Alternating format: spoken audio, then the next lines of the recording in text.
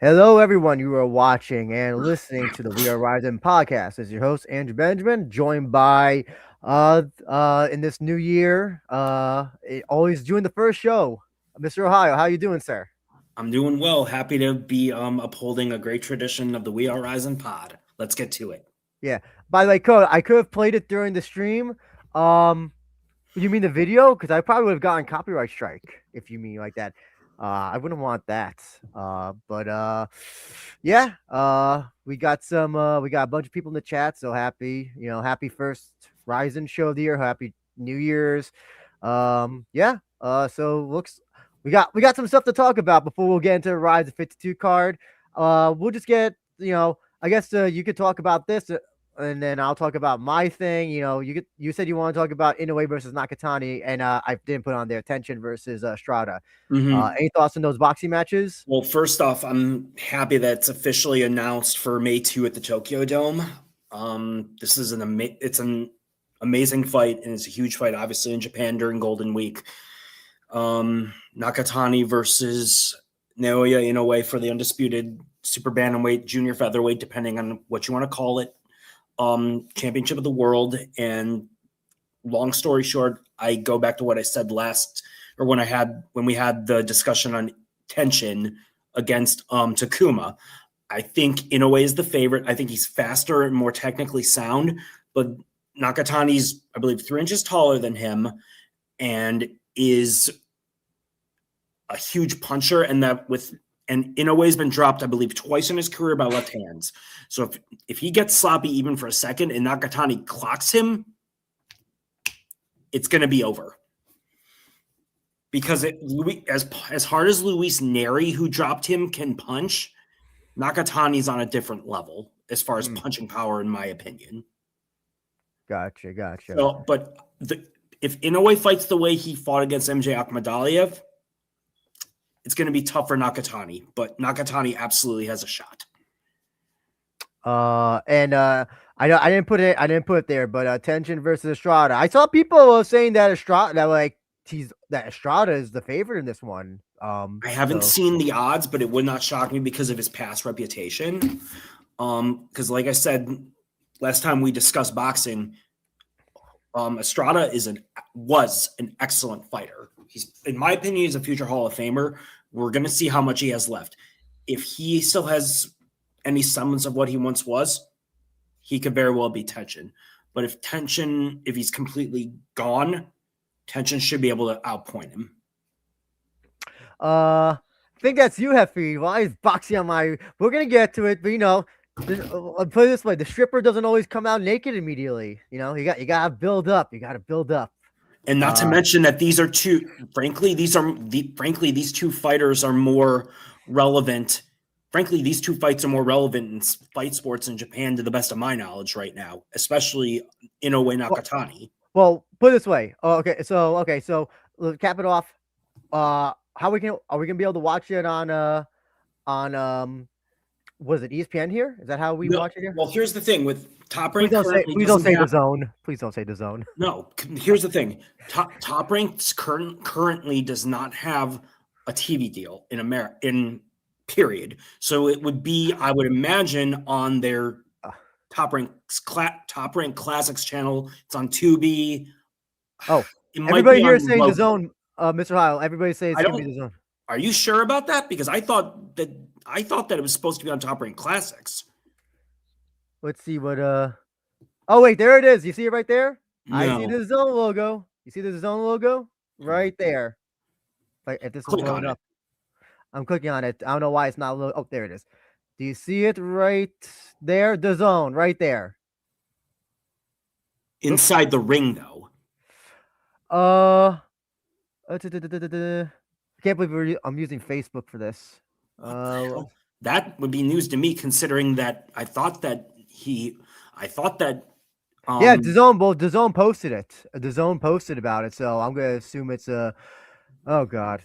Regardless, if it is, then it is. But yeah, we're secondary audience. That thing is right. But I'm just saying, like, I would have thought with Inoue's co-promoter being Top Rank, it would be on a Top Rank affiliated channel, and they're not signed to DAZN.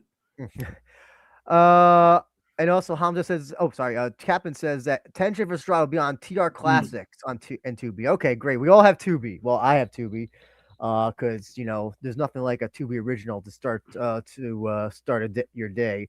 So I'll definitely be guess I'm good. That's how I'll watch.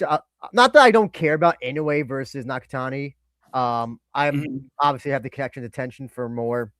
Yeah, I mean he's been more relevant to this scene for God knows how long. So I'm gonna go out of my way to see that. But also here's the other thing. I don't advocate piracy, but here's the thing.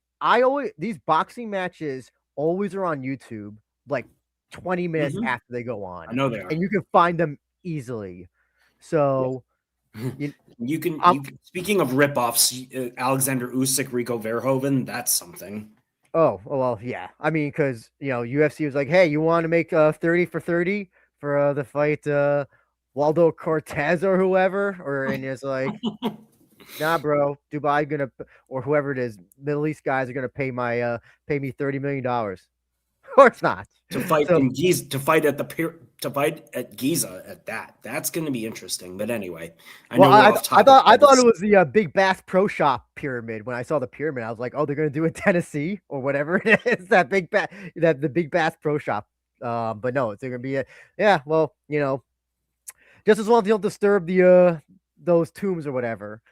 We are a boxing preview today, J Wolf. Nope, just a little bit of boxing, but yeah. So, but the thing is, with Tension, it's relevant to the scene. Yeah.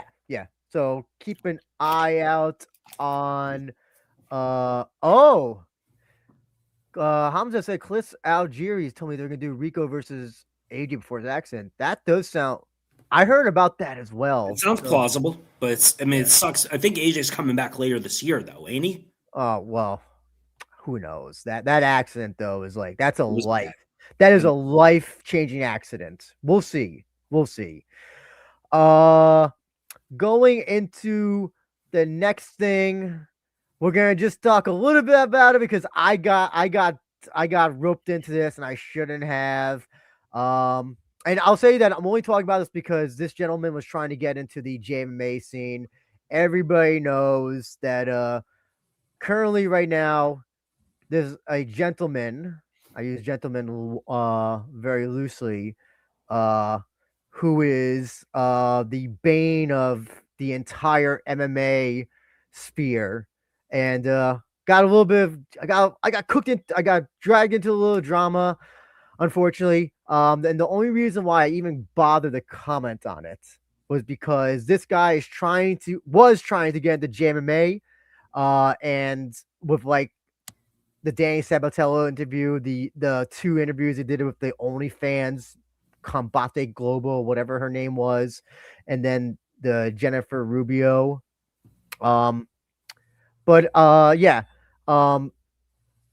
Basically was he is failing at UFC or PFL coverage and is now trying to come to JMA, looks like. And I'm just gonna politely say this, that I hate you, Kevin K.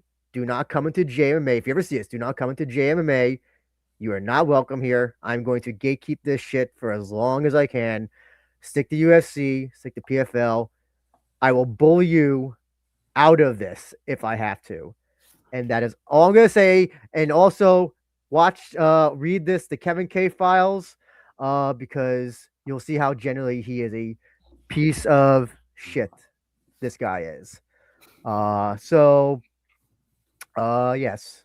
Go to hell, Kevin K. Stay out of JMMA and stop putting AI subtitles on your Danny Sabatel videos, and stop saying that this OnlyFans fighter was gonna fight Seikeizawa at New Year's Eve, which is not true.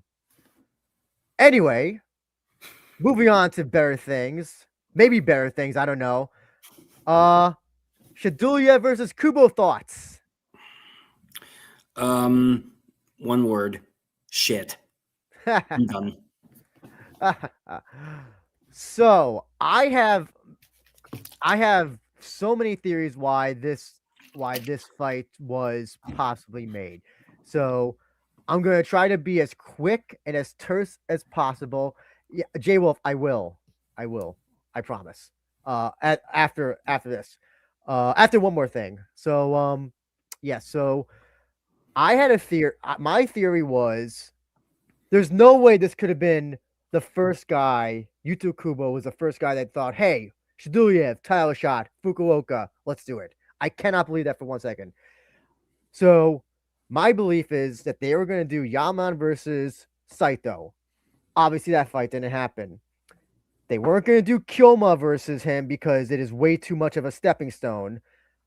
So they were then looking to Kubo versus Dalbeck, with the hopes that Kubo would win because Dalbeck was obviously not going to fight Shaduliev. That fight went the way it did. Dalbeck's at 135. Juan Archuleta couldn't make it to Japan, so they couldn't do the knee fight. They had knee take on Akimoto. The Patchy mix thing came about, so that's like, oh, that's a great way for a title to think of the next title defense. So it was. I have to believe that because there seemed to be nobody else at this point. Now I don't know why they went with Kleber. They didn't go with Kleber. My belief, my belief is they didn't go with Kleber because Kleber just happened not even a year ago. In terms of time, the Kubo fight was much longer ago. So. And he lasted the longest. Yes. Lasted the longest. So it eventually came down to the lowest common denominator, which is Kubo. So I tried to find if like Kubo had any sort of like connection to Fukuoka or something. He doesn't. He was never. I did see someone on Twitter post that apparently Kubo has never lost a rematch as well. So they might be rolling with that in that case because he fought Nori, I think twice or 3 times. Masaki Nori, yeah, I believe he did. But also I remember those fights were a lot of shenanigans happened with that. I poked as well, by the way. I believe it was, or was it a kick to the balls? I can't remember, but there were fouls. I vaguely remember it, but yeah, that sounds about right with Kubo. If you want to, I'm going to hold Rizin in high regards that they tried to find somebody better, but story-wise, it wouldn't work out. Now, I think King Siwo originally said, hey, they should have just gone with a James Gallagher or even Majima. You know, I think that would have been great. But I will give Rizin benefit of that this was not the first guy that they had in mind. I'm going to try to find out if he was the first guy. If he was the first guy, I'm gonna be like, oh well. So basically a waste of Shedalayev. Yep. Especially because his contract, I think he has 3 or 4 more fights, something like that. By the way, Comic Casual, great for coming. Hey. Great guy who makes great stuff. So please sub to his channel. So yes, that's my thoughts on the Kubo thing. Moving on, we got 2 more things to talk about. We're gonna just briefly talk about ONE Samurai. I don't think this affects Rizin. I think it affects more K1 and Rise and the other kickboxing promotions because it sounds like there's going to be no MMA involved because they had at that press conference, there was nobody involved with MMA. Maybe they will have an MMA related thing or maybe MMA fights down the line, but as of now, I see nothing to tell me it's going to be about MMA. So it's the kickboxing awards. That gotta be worried more about it. Yeah. Like especially K1, I would think they're going to poach more talent from K1. That's obvious.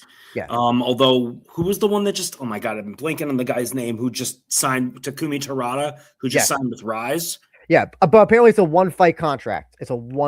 Now, I think he's fighting for the title though. So if he wins the title, I don't know what to do. You would think that there's some type of clause. You would hope. Yeah. Yes.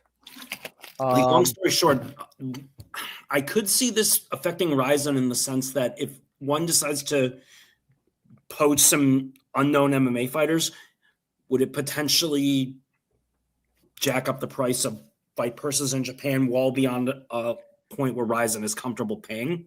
I would hope that it would, especially for kickboxing, but who knows? Who knows? I mean, Who knows? But either way, it's an existential crisis for more so for K1. I'm being corrected. I'm being corrected. Apparently, Wakamatsu was there. I didn't even see him there. I thought it was just. Well, if that's the case, then yeah, this is a potential threat to Rise. Okay. Very much so. Okay. Let's see how this goes, though. Right. I'm saying, in theory, one could easily jack up the fight purses. Yeah. Yeah. But, I can never trust one to do anything correct. So. No, not at all. But I'm saying, like, in theory, that's what they can do. Because how are they able to do this without getting more investor money? I know. Yeah, I know. Well, this isn't the wait and see category. By the way, I forgot to ask you this, Mr. Hayo, but T-san wanted to see what I sent you. Remember I sent you yes. Stuff. Give me a second. Yeah. There's not exactly a ton of room in this damn apartment. Okay.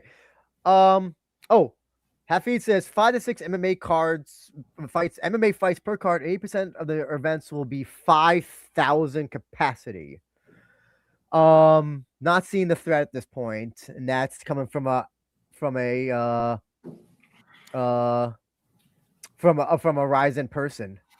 And yeah, it's just another thing for Abema. Pretty sure who are the Abema and their oil people got to be there you go. Yeah. Well, I'm sorry. T-san, if you're here, can you this is what I sent you. The Komatsuri poster. Awesome. Yes. Thank you. Yes. And can't go wrong with, well, maybe with Hagiwara. Yes. Well, if you're a grappler, that's when you can only go wrong. Oh, sorry. One is you next? I thought one was Abema. Yeah, one is you next, I think. I think K1 is Abema, isn't it? And isn't Knockout on you next as well? I think you're right. Yeah. No, you're right. You're right. And then Rise, I think, is also Abema, isn't it? Yes, Rise is Abema. Yes, you're right. My brain is like too many streaming services in Japan. Anyway, yeah. Let's see how these first 2-3 shows do. They're going to be doing 5,000 arenas. I don't know what was that. What arena would be that capacity? Ward City Gym, maybe Edion Arena. Yoyogi too. Yeah. Like those types of venues. K1 is running Yoyogi too. That's basically their home base at this point, and they can't even fill the damn thing. Yeah. So let's see how those shows do. Let's see who they even get for those things. Now, I was going to say last thing about K1. I know they drew a good crowd last time, but yeah, there's issues there. Kirk, Gomez says Kirk and all about to be called a 5,000 seats here. Listen, they might do that. I can see One being like, "Oh, we sold out 5,000 seats in 2,500 seat arena, Kurikan Hall, or whatever it is that they have." You know who's actually lying about their attendances now? Who? And New Japan, Shin Nihon is actually lying about their attendances now. Really? They're claiming that they get like 2,000. I like some of their what is it? Their Fantastic Mania shows and and like it is clearly not even 2,000, not even like 1,000. They're going back to their old ways, the old Inoki ways of lying about attendances. Yeah. Bro, I'm going to talk about his thing next, man. We're taking time, okay? We're taking time. Yeah, because these are relevant to Rizin, because if one is going and being more aggressive with MMA, it could have a snowball effect. I'll say this right now, I'm not worried about them. Now if they start getting big name talents, if they start getting like Hiroya level talent or regular Rizin guys, then that's fine. Then I'm like, okay, then they're a threat. Then they clearly are. They're taking this thing seriously and all that stuff, regardless if they're selling out or not. So that's the only way I see them being a threat. This is a wait and see. Right now, I think more kickboxing is the one that has to be worried about it. Agreed. Not MMA. Agreed, but it's something to absolutely keep in the back of your mind. Yeah, and also the other thing as well, are they going to use foreigners? Are they going to bring in foreigners? Are they just going to? I think it was like I 70% Japanese fighters or 3/4, Yeah, whatever the ratio was. Will it just be like Japanese fighters or just Japanese fighters? Will it be like Japanese versus Russian, Japanese versus Uzbek? Probably a combo of we both. don't know. We'll have to wait and see. Yeah. Okay. Hafid says ONE is planning 12 events per year, in theory, 60 to 70 MMA fights, assuming 5-6 MMA fights short. Assuming they go all out on splashing cash, how many fighters can they really sign? I mean, that's a good point. That is a good point. So, like, I think they'll just maybe just use their regular roster, sign 1, 2, 3, or 4 guys, or more obscure, cheaper people. Yeah, get some Gladiator, Grachon, crossover. Yeah, Zest potentially. Oh, Zest. Oh, yeah. They just everybody. They just sign every Zest fighter because I don't want to see him fight right. Or that one kid from Pancrase who's 19 who just won recently. Yeah. Also, and then Kome Day brings up about one's money from oil investments in Singapore. Here's the other thing about if you're a business that is based in Singapore. Singapore has some of the most business friendly laws or limited liability or whatever. Mm-hmm. You basically can fail upwards in Singapore for as many times as possible, and you are bailed out.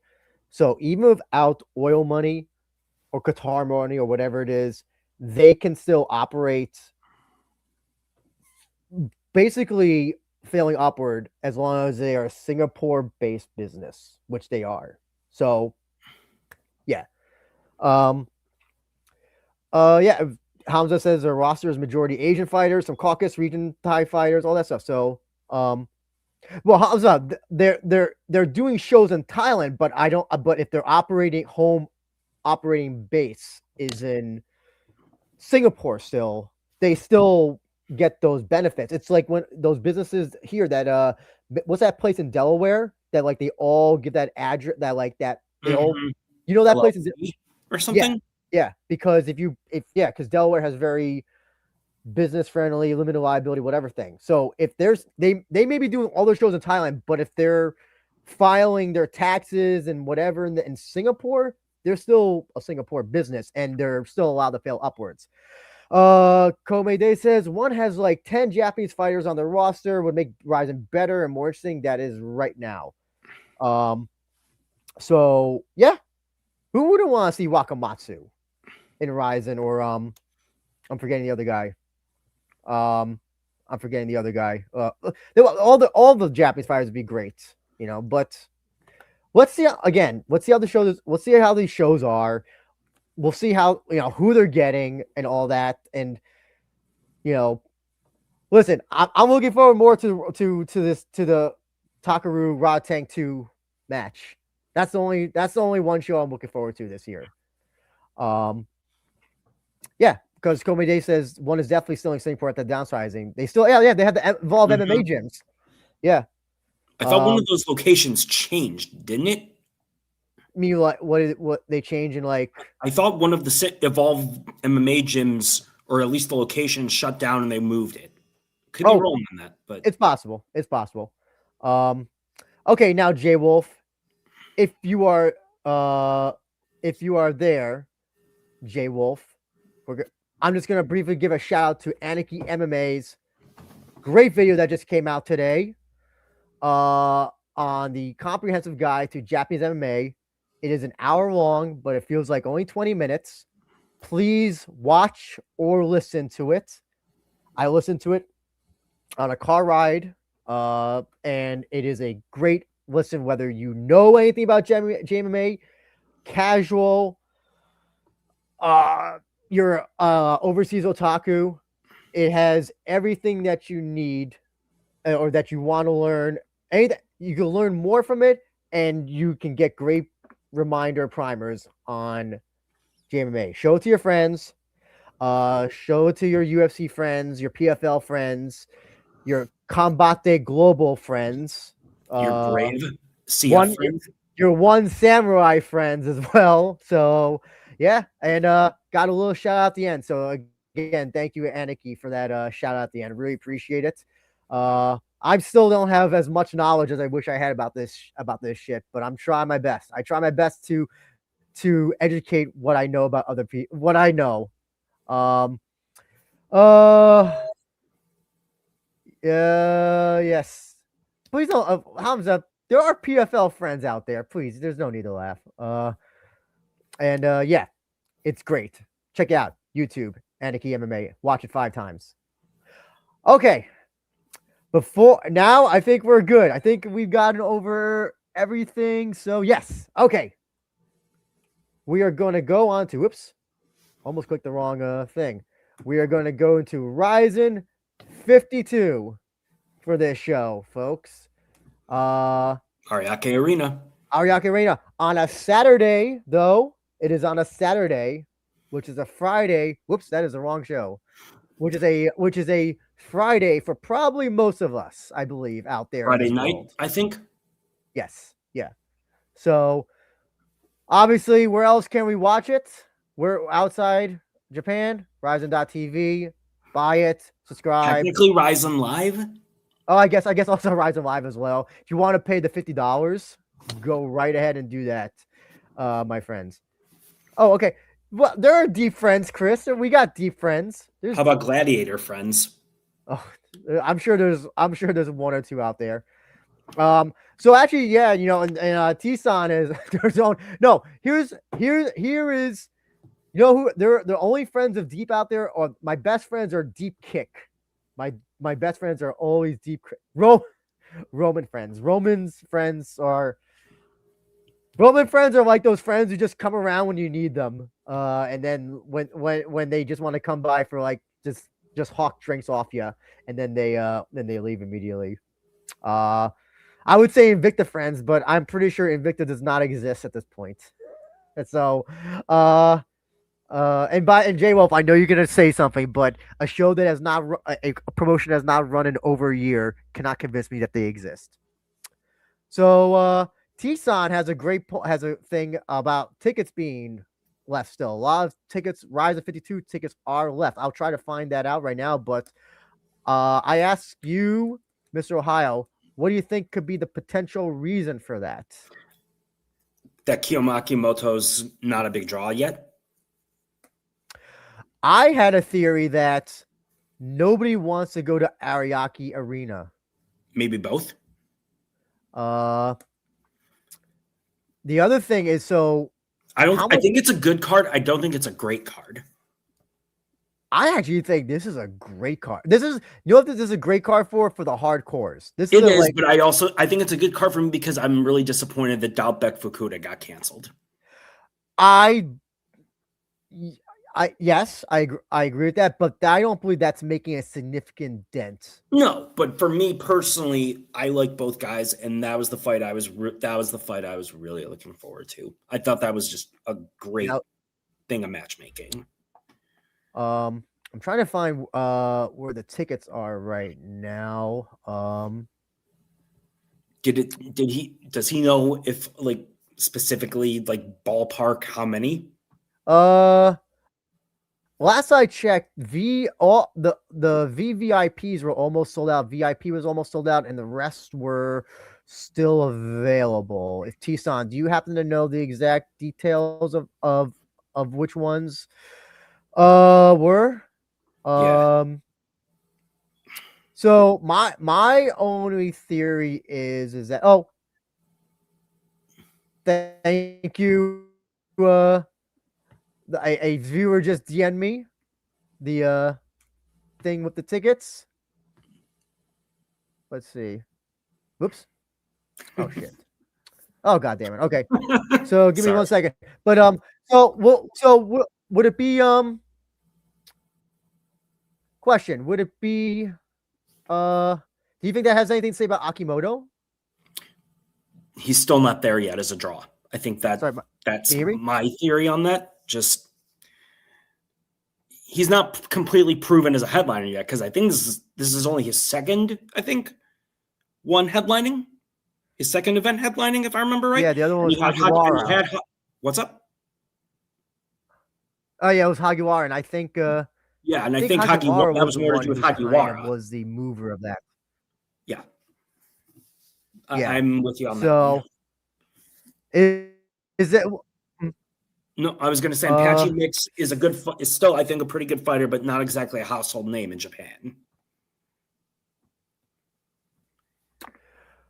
What about the rest of the names on the card, though? You have Saku Jr. You have Can we Kate say Lotus he's a draw yet, as though? well. I think Saku has a big enough name where he can be, and Kate Lotus obviously will get a certain type of crowd. Yeah, she will, but is that enough to sell out or get a good house at Ariake? I don't know. I also okay.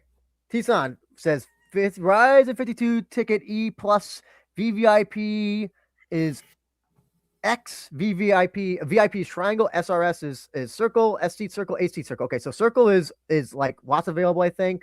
Triangle is almost sold out, and I think VVIP is completely sold out. I believe that's how it works. Okay.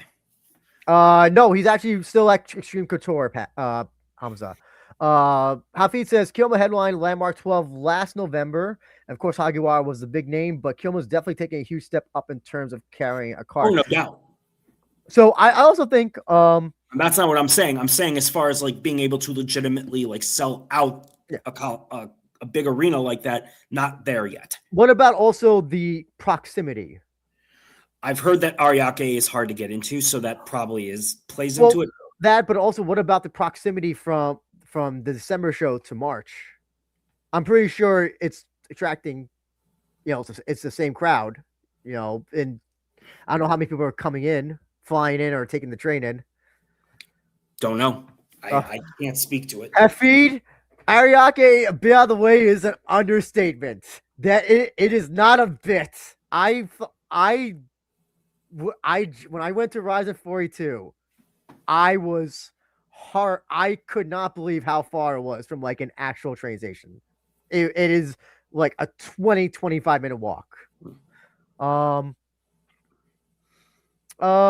I think he also brings up a good point. It feels Yoyogi, like Landmark 5, Ren Mikuru fought Saito Ishiku, maybe it would be different. I agree. Easier to get to. And Kobe Day says $90 is the cheapest ticket. Did they up the prices? I don't think so. I'm trying to think. I think it also J Wolf is asking about the ticket price comparison between 52 and LM13. The other thing about LM13, J Wolf, is that Fukuoka. So every time they come to Fukuoka, they do well. It's also a small arena, I believe.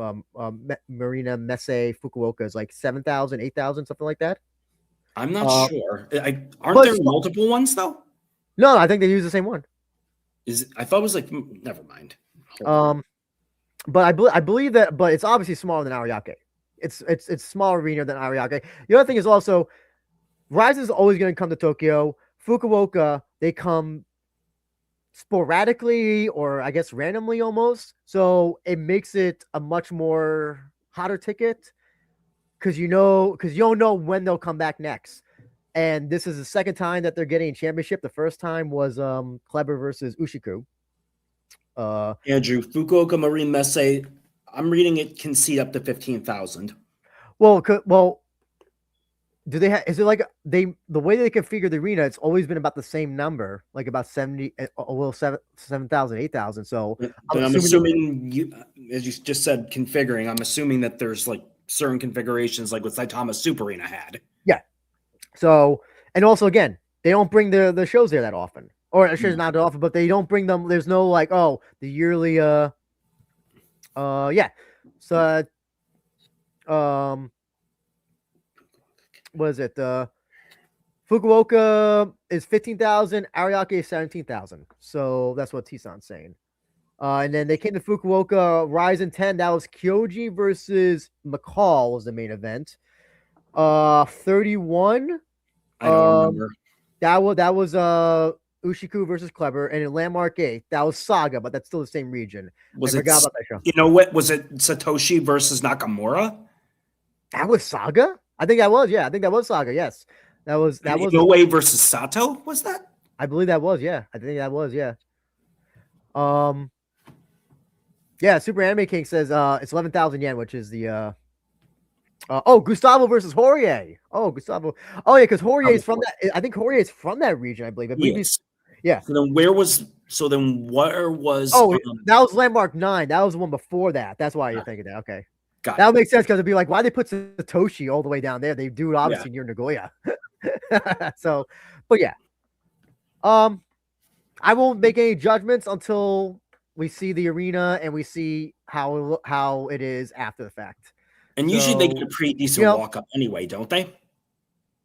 Oh yes, yeah. Maybe they'll do the PFL 4-for-1 deal. What do you think about that, Hafid? Do a 4-for-1 deal, maybe. Or do what one does and paper the shit out of everything. Well, I don't. Rizin doesn't have to do that at this point. No, I'm being facetious. Yeah, I know. But as I'm getting everything back up here, what is the 4-for-1? Buy 4 tickets, get 1 free. Is that, or is that? I mean 1 for 4. I don't even know how that shit works, man. Buy 1 get 4 free. Yeah, that's it. Buy 1 get 4 free. Okay. So, Mr. Ohio, what are your that's overall thoughts. What are your on paper thoughts on this card, Rizin 52? Like I said, I think it's a good card. I don't think it's a great card just because, as I said, the fight I was really looking forward to, Dalbeck and Fukuda's off because of whatever it is that what's going on with Dalbeck, some type of health issue. Hope he is okay and hope he gets better. But solid. There's one fight in particular that on paper kind of baffles me. It'll be good, but it's kind of like, this is really what you're using him for at this point. I thought you were going to say Noel versus Bomili. No, sadly, it's Takoro Kashimura. Okay. Oh yes, by the way, go make your picks on verdicts. The verdict. I think there's an app. Isn't there an app for verdict? I think. I think there's an app for verdict. So yeah, that's where you can make your picks. So yeah, I think on paper, I think the show looks fucking good. I think a bunch of the matches are like, yes. I think when King Silo did his green check mark thing or neutral. Also it's a website, Hafiz says. So yeah. I'll do this for you, Hafid. Since you're here joining us. Here's the Verdict MMA website. Let's see if we can find Rizin here. Let's see if Rizin. There's Akimoto versus Mix right there. Rizin 52. So everyone here can you can all make your picks on the website, through an app, whatever. Please bet responsibly as well.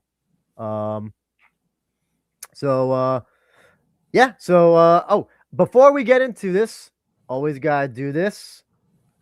We love to do it here. Poster check. So let me get back to the Tapology. So this one just came out this week. This new one, the police tape aesthetic one. I'm gonna try to get to the other ones. Let's see if I can find all of them here. I do like that one. Let's see. I don't know why it keeps taking me this one. Did you favorite it? No, I didn't. No, that's the thing. I didn't favor that show. Anyway, let's go back here. Yeah. Did you see this red one that came out? And then then there was a green one that came out for the Fukuoka show. I like this one because I love the samurai. I love the sword. That's a really cool aesthetic. Hafid, I don't know if you'll tell us, but whose leg did they use, or whose leg and arm did they use for this? If you're so willing to tell us. But yeah, I like this. I like this. Also, by the way, I just realized it almost looks like a actually no, it's not a sword slash. I thought I was gonna say it looks like it was slashed in the middle, but like a sword. But I do like let's see if I can get Oh, I can't get it there. Anyway, I do like that the yellow tape one. What's that? There's a video game that has like kind of like that similar aesthetic with like using the police. I'm trying to remember what it's called. I'm not sure. But it's like PS4, PS. Oh my God, there's Give me a second, police. Yeah. Okay. Okay. Okay, Captain says, "Do not bet responsibly. Bet your fucking rent on Saku Jr. like a like a degenerate." So yeah, this Hafiz says it's Kill Bill inspired. Kill Bill inspired. Yes. Yeah, I can see that with like the Bride. Yes. J Wolf says 52 and LM13 cards are amazing. Everything but Shadulia versus Kubo. Mr. J Wolf, you are wrong on that. That's you cannot convince anybody else. On paper, 100%. Yeah, it is. On paper, both cards are excellent. Oh, okay. Oh, the Very green good. one has the sword cut on the cage. That's what I was. I was like, that's it. Persona. That's what I was thinking of. That's the game I was thinking of. Thank you, Cody. Yeah, that's right. So yeah, I love the Persona games. Let's not get into a tangent about video games, but Persona games are fucking amazing. Especially in Persona 2 Innocent Sin. Hafiz says, in my opinion, it looks like Yachi, but I have no idea. It looks like Otoko Matsuri poster of guy punching drum. No idea, but it looked like Full Swing, but buffer. I think it was Full Swing who was the poster guy. Yeah, Superman Mickey, that landmark card is basically would be the equivalent of like if UFC put on that White House card on like a fight night. That's kind of almost what it is. Is it because Fukuoka? Is it because because Messe is such a big arena? I don't know if it's a big arena. It's just that I think 15K. I'm sorry, 15K, right? 15K. I mean, if they're gonna here, so if for a card like that, I would think that they would use damn near the whole capacity or try to. That's the thing. So for the other two shows that were in Fukuoka, not counting Saga, they only the ring and the setup entrance obviously had to shrink the arena or shrink the tennis. Yes, maybe with the cage and maybe with some adjustments with the entrance, they can make it. They can have more people. Because if I remember right, aren't the landmark like the landmark set is pretty basic, isn't it? Yeah. It's basically yeah. It's shrunk down. Yeah. So easily they should be able to, in theory, utilize all the capacity. Yeah. Combat casual. We're not going to get into Fire Emblem being better in Persona because we will lose track and we'll never talk about Rizin 52. If Energy based versus turn based. Yeah. Yes.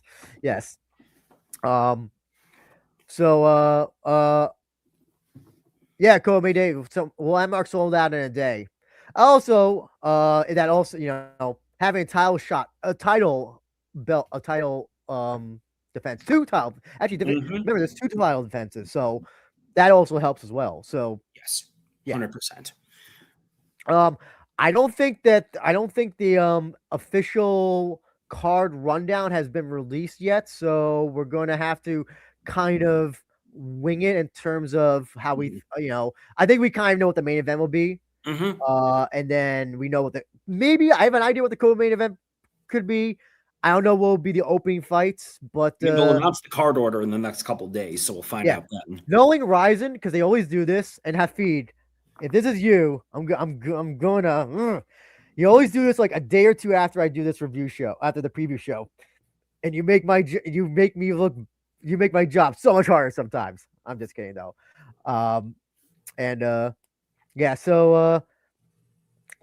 So I guess from bottom down, well, I don't know if I'm not gonna go by Tapology. We're just gonna kind of I think if you're here WMA scene, I'll just do this for you. I'll start off this for you.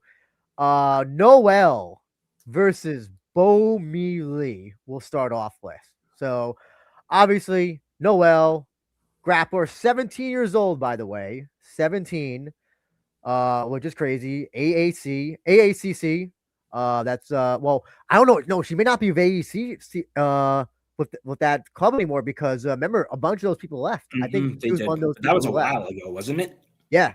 So once again, Tapology being accurate as usual. Taking on Bo Mi Lee, who had nothing to give in her fight with Kate Lotus at the Kobe show last year. No, she didn't. She looked like crap. Yeah. I'll be honest, I don't think that this is the fight that I'm least looking forward to the most because I kind of just am like, I'm not like. So it's supposed to be, in theory, a showcase for Noelle. Yeah.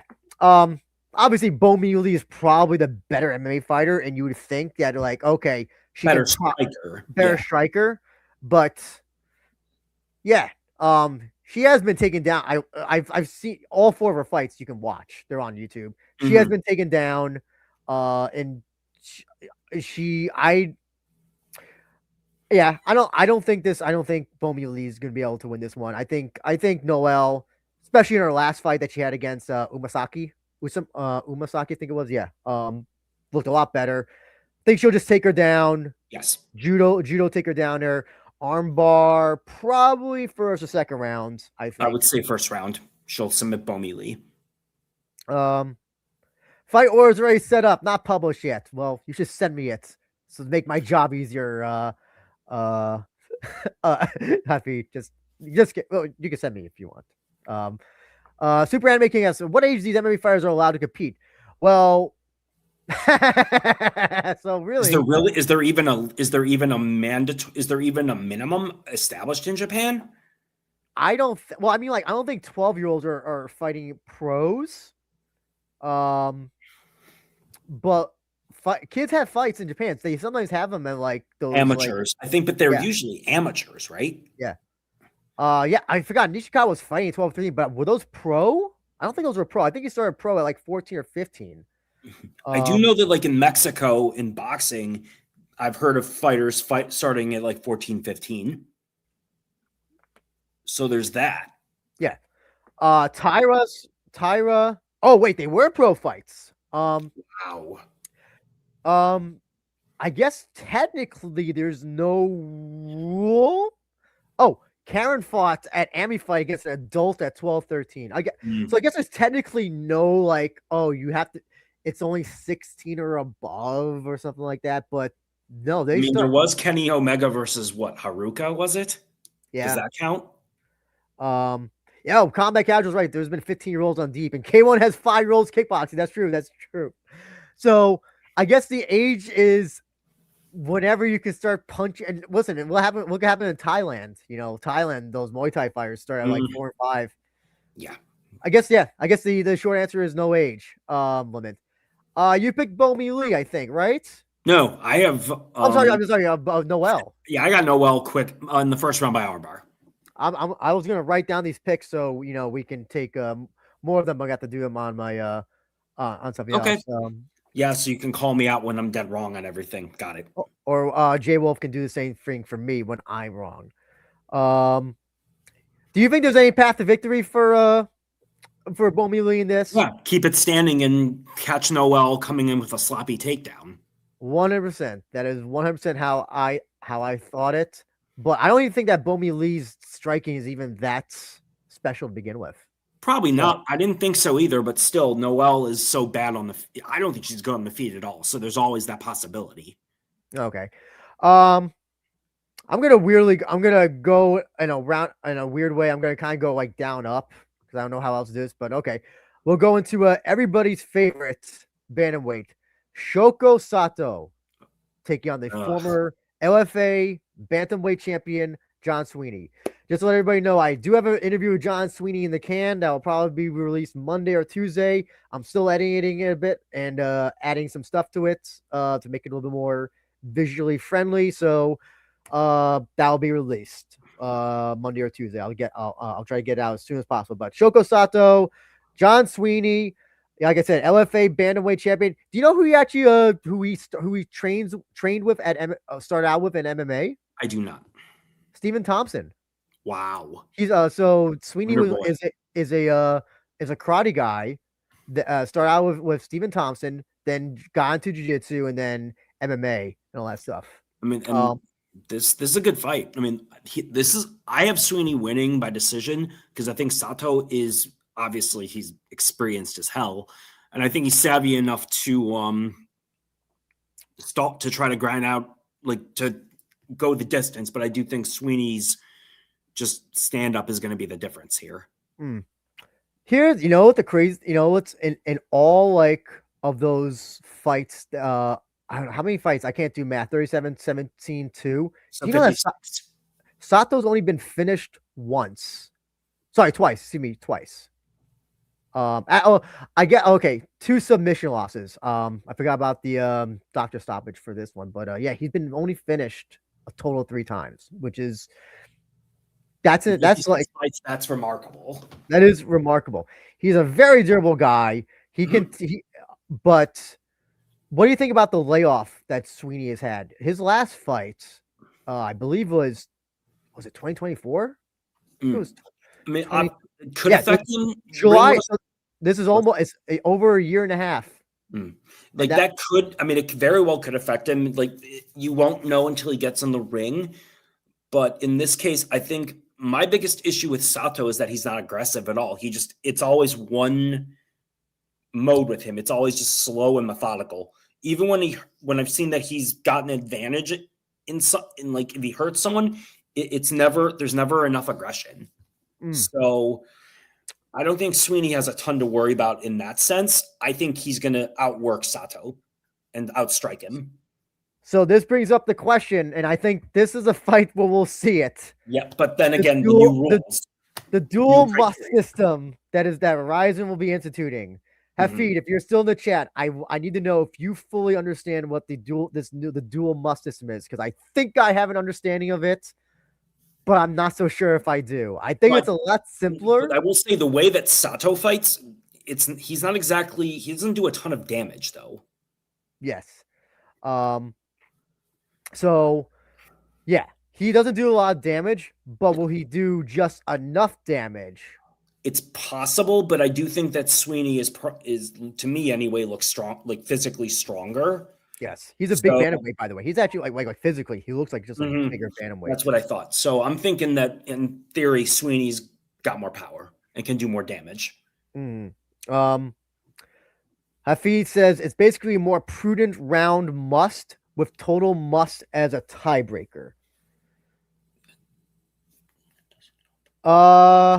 If you ever seen the movie Philadelphia, Hafid, explain it to me like I'm a 3-year-old, is what Denzel Washington would always, that was his big thing in that movie. Explain it to me like a 3-year-old. Or the Vince McMahon philosophy, assume that the audience is stupid. Yes. Or they've never seen it before. So basically, my understanding of the dual must system is effective damage is the highest category, then significant damage, then dominance and duration are both tied. If it comes down to a tie, I think then the round is judged. Okay. Here's what T-San says. Dual must system. I understand 90% of round must system. Only 3-round tie scores. Another system kicks in. That's what I understood too. That's what I think. I think so. But I think this will probably, if there's any fight where we see this dual must system, we're at the side. I think it'll probably be one because it's Shoko Sato. Yes. Okay. If he's explaining, judging structure, 2-layer dual must system. This rule determines a fight outcome using 2 stages of criteria. Sorry. Anyway, so sorry. Mr. Ohio, you picked Sweeney? I do by decision. Okay. I think he's just going to do more damage, and Sato is who he is at this point. Now, here's the other question. Sweeney did not make weight for his last fight in 2024. Do you think and if he doesn't here, then I don't see it. Then obviously no contest, and he won't be brought back in all likelihood. But he would have to move up to feather, because with his build, no wonder he had a problem missing. No wonder he had a problem with weight. So I would have to only err on the side of Sato because, again, if there's somebody who knows how to win a fight, it's usually him, and it's usually it's like a Benson Henderson. You know, he does enough to sway the judges. And then you may go back to look at the fight and you're like, oh, maybe he didn't really do enough, but In the moment, in yes. the moment, yes. Yeah. I think Sato's probably the better grappler as well, Yes, I would say so too. but obviously Sweeney, I think, would probably be the harder striker. But man, Sato just never is like he always finds a way, and even when he doesn't, it's like razor thin. I just have to pick Sato. On just like his ability to on veteran savviness as well and durability, I think. Or as they like to say in boxing, ring generalship. Ring generalship, yes, yes.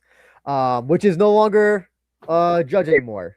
No, but it's still, but it's the ability to dictate the fight, and that's so everything goes hand in hand here, of course. I'm gonna write down all of our picks. I'll remember all this stuff, but I'll pick this stuff later. Okay. Let's see. Up next, we have. I think I had Carlos Mota and Yuki Ito. Let me see if I had them next. Yeah, let's do them next, because I have them right here over here. Ito, Carlos Mota. Obviously, I'm assuming that most people here are probably familiar with Yuki Ito. Got screwed out of the flyweight tournament due to a silly vote. But routinely one of the most exciting strikers, I think, in Rizin. Had that great fight last year with Tony Laramie. Yes. Yeah. Awesome. Yes. Yeah. Also a compulsive gambler as well. So now taking on his first time in Rizin, actually, Carlos Mota, the knockout champion, unlimited champion at whatever weight it is. Yes, featherweight. Featherweight. I don't know what the rules are.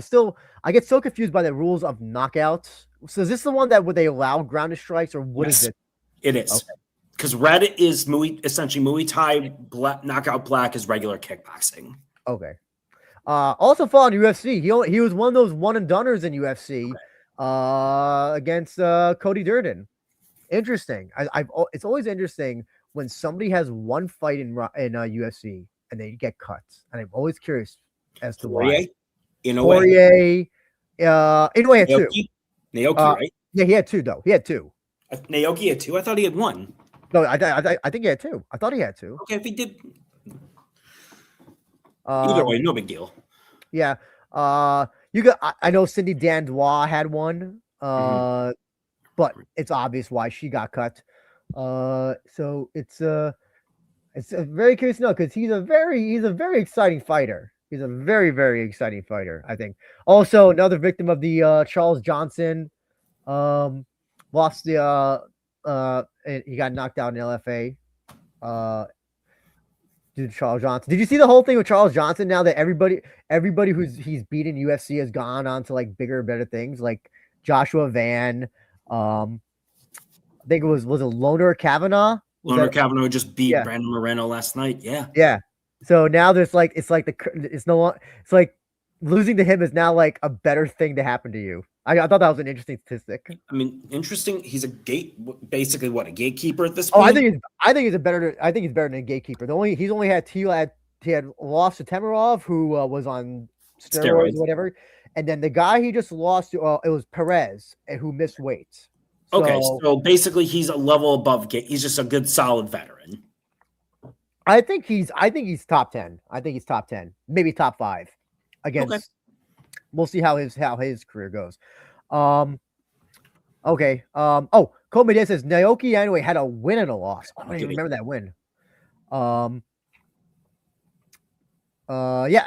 Mota's last fight was awesome. Utilized stomping soccer kicks. I got into his whole thing with that. I remember that, where he was trying to convince people that Cody was not even top 10 in UFC. I remember that. What do you think about this fight? I think, these are two pure strikers, and I try to see if Carlos Mota has any sort of grappling. Does he have jiu-jitsu? Does he have a jiu-jitsu background too? He does, but he rarely ever uses it. I watched a bunch of his fights, and he would rather go. He's never has a submission. He has no submission wins on his record. He only uses it to attempt ground and pounds. and all that. Yeah. Yeah, these are two strikers. I would expect Mota to be aggressive, and I would think Yuki Ito would try to counter him because that's how Ito fights. But we also know what Ito's Achilles heel is, and that's anybody with takedowns.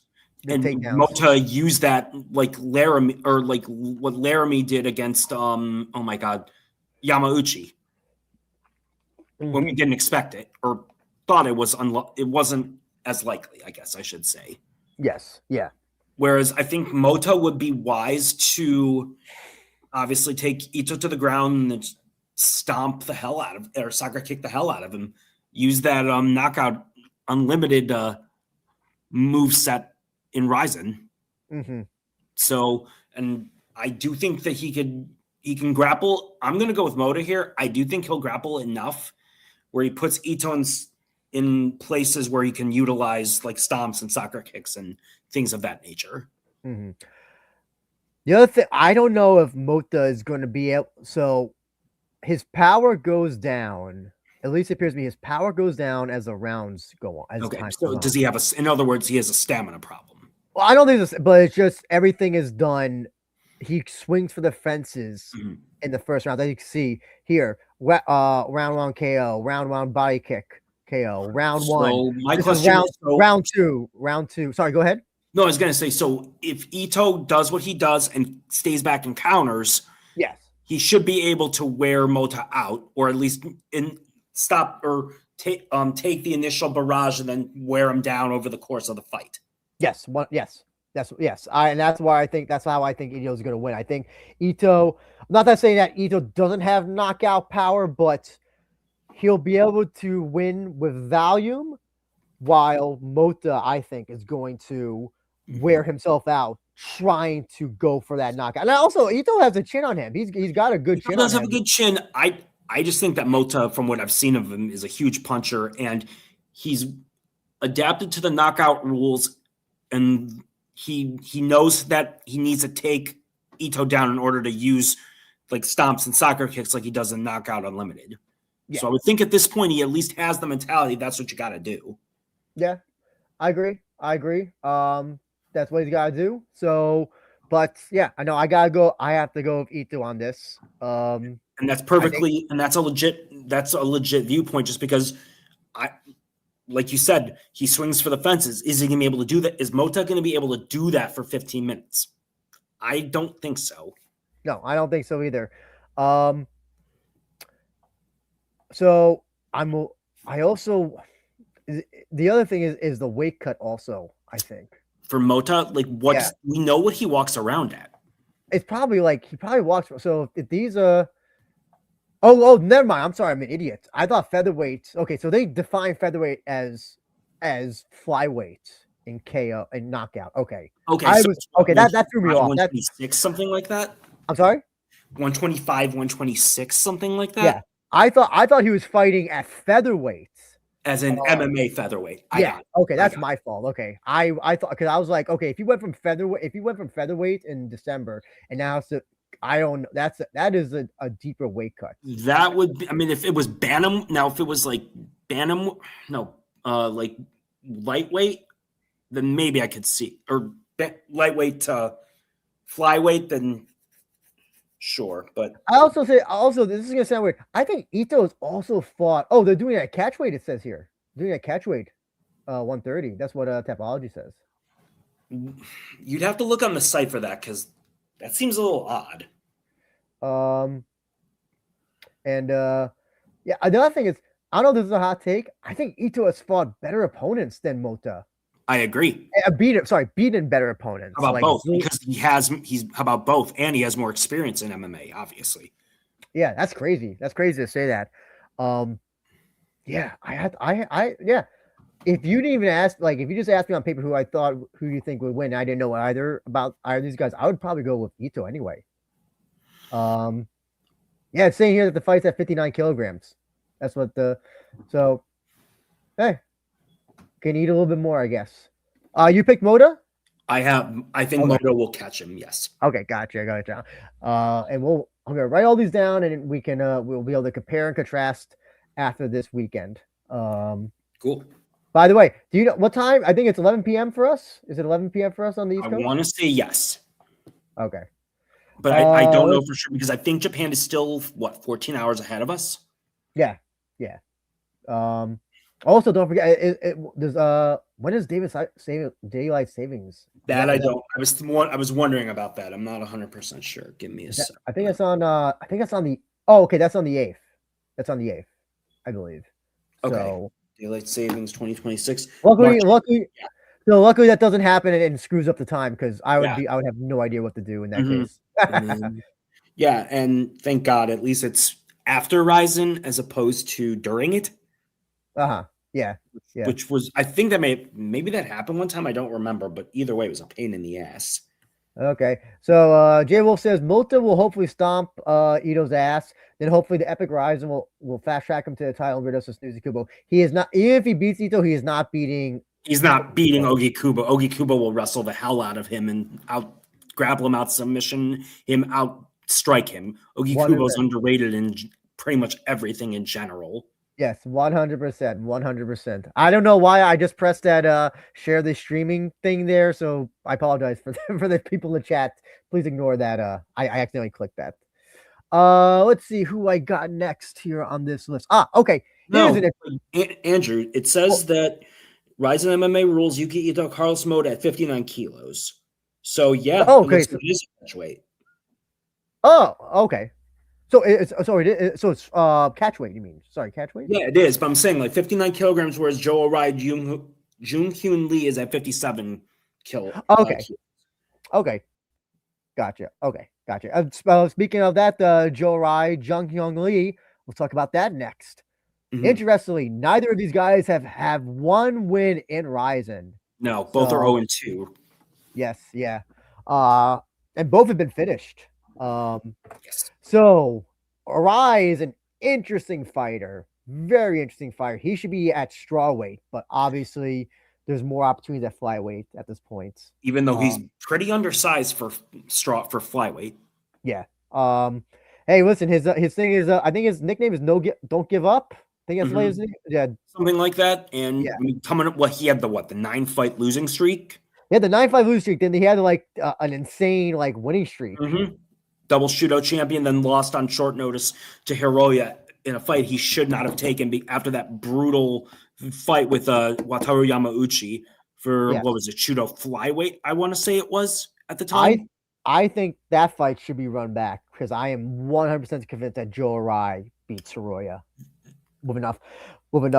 I could see that too, but Joe Arai's got to win this first. But about Arai, he's got some pretty good stand-up, but I don't think he has a great chin.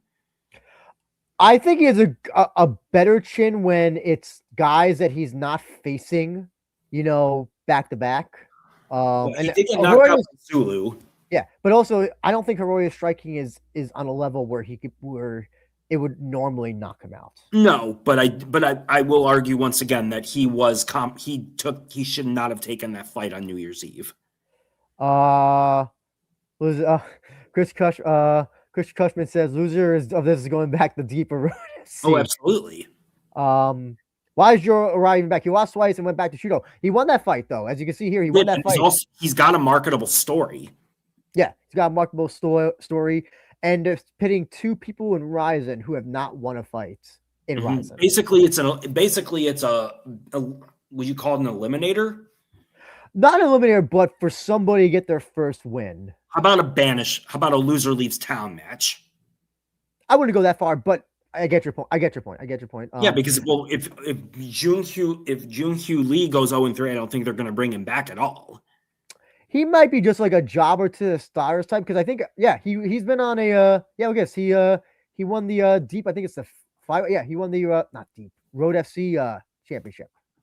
Okay. Well, but even then, I mean, if he's 0-3 in Rizin, there's not much you can really build off of there.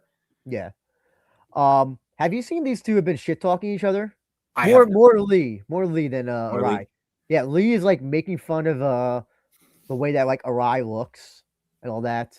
I'm not so sure how accurate the translations are, but let me see. I don't know if I could how do you spell his name? Jung Hyun Lee. Let's see if I can find I'm getting some fucking model who I've never heard of, who's all just happens to share the same name. But anyway, while we look this up, Mike, what are your thoughts on this fight? I think Arai, as I said, has good stand up. I don't know his grappling. I'm not 100% sure about because I haven't really seen his last few fights.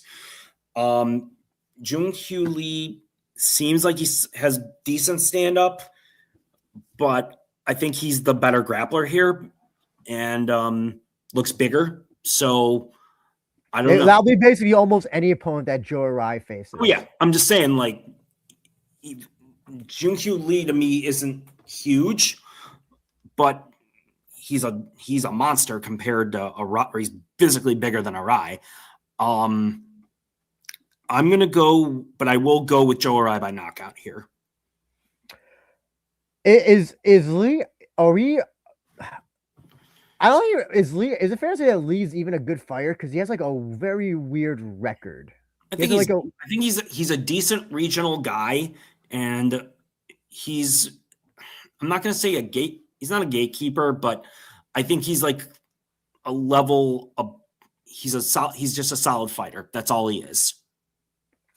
I think his accolades might be a little. Is Brodessi flyweight champion even like is that oh okay, I think I found something here.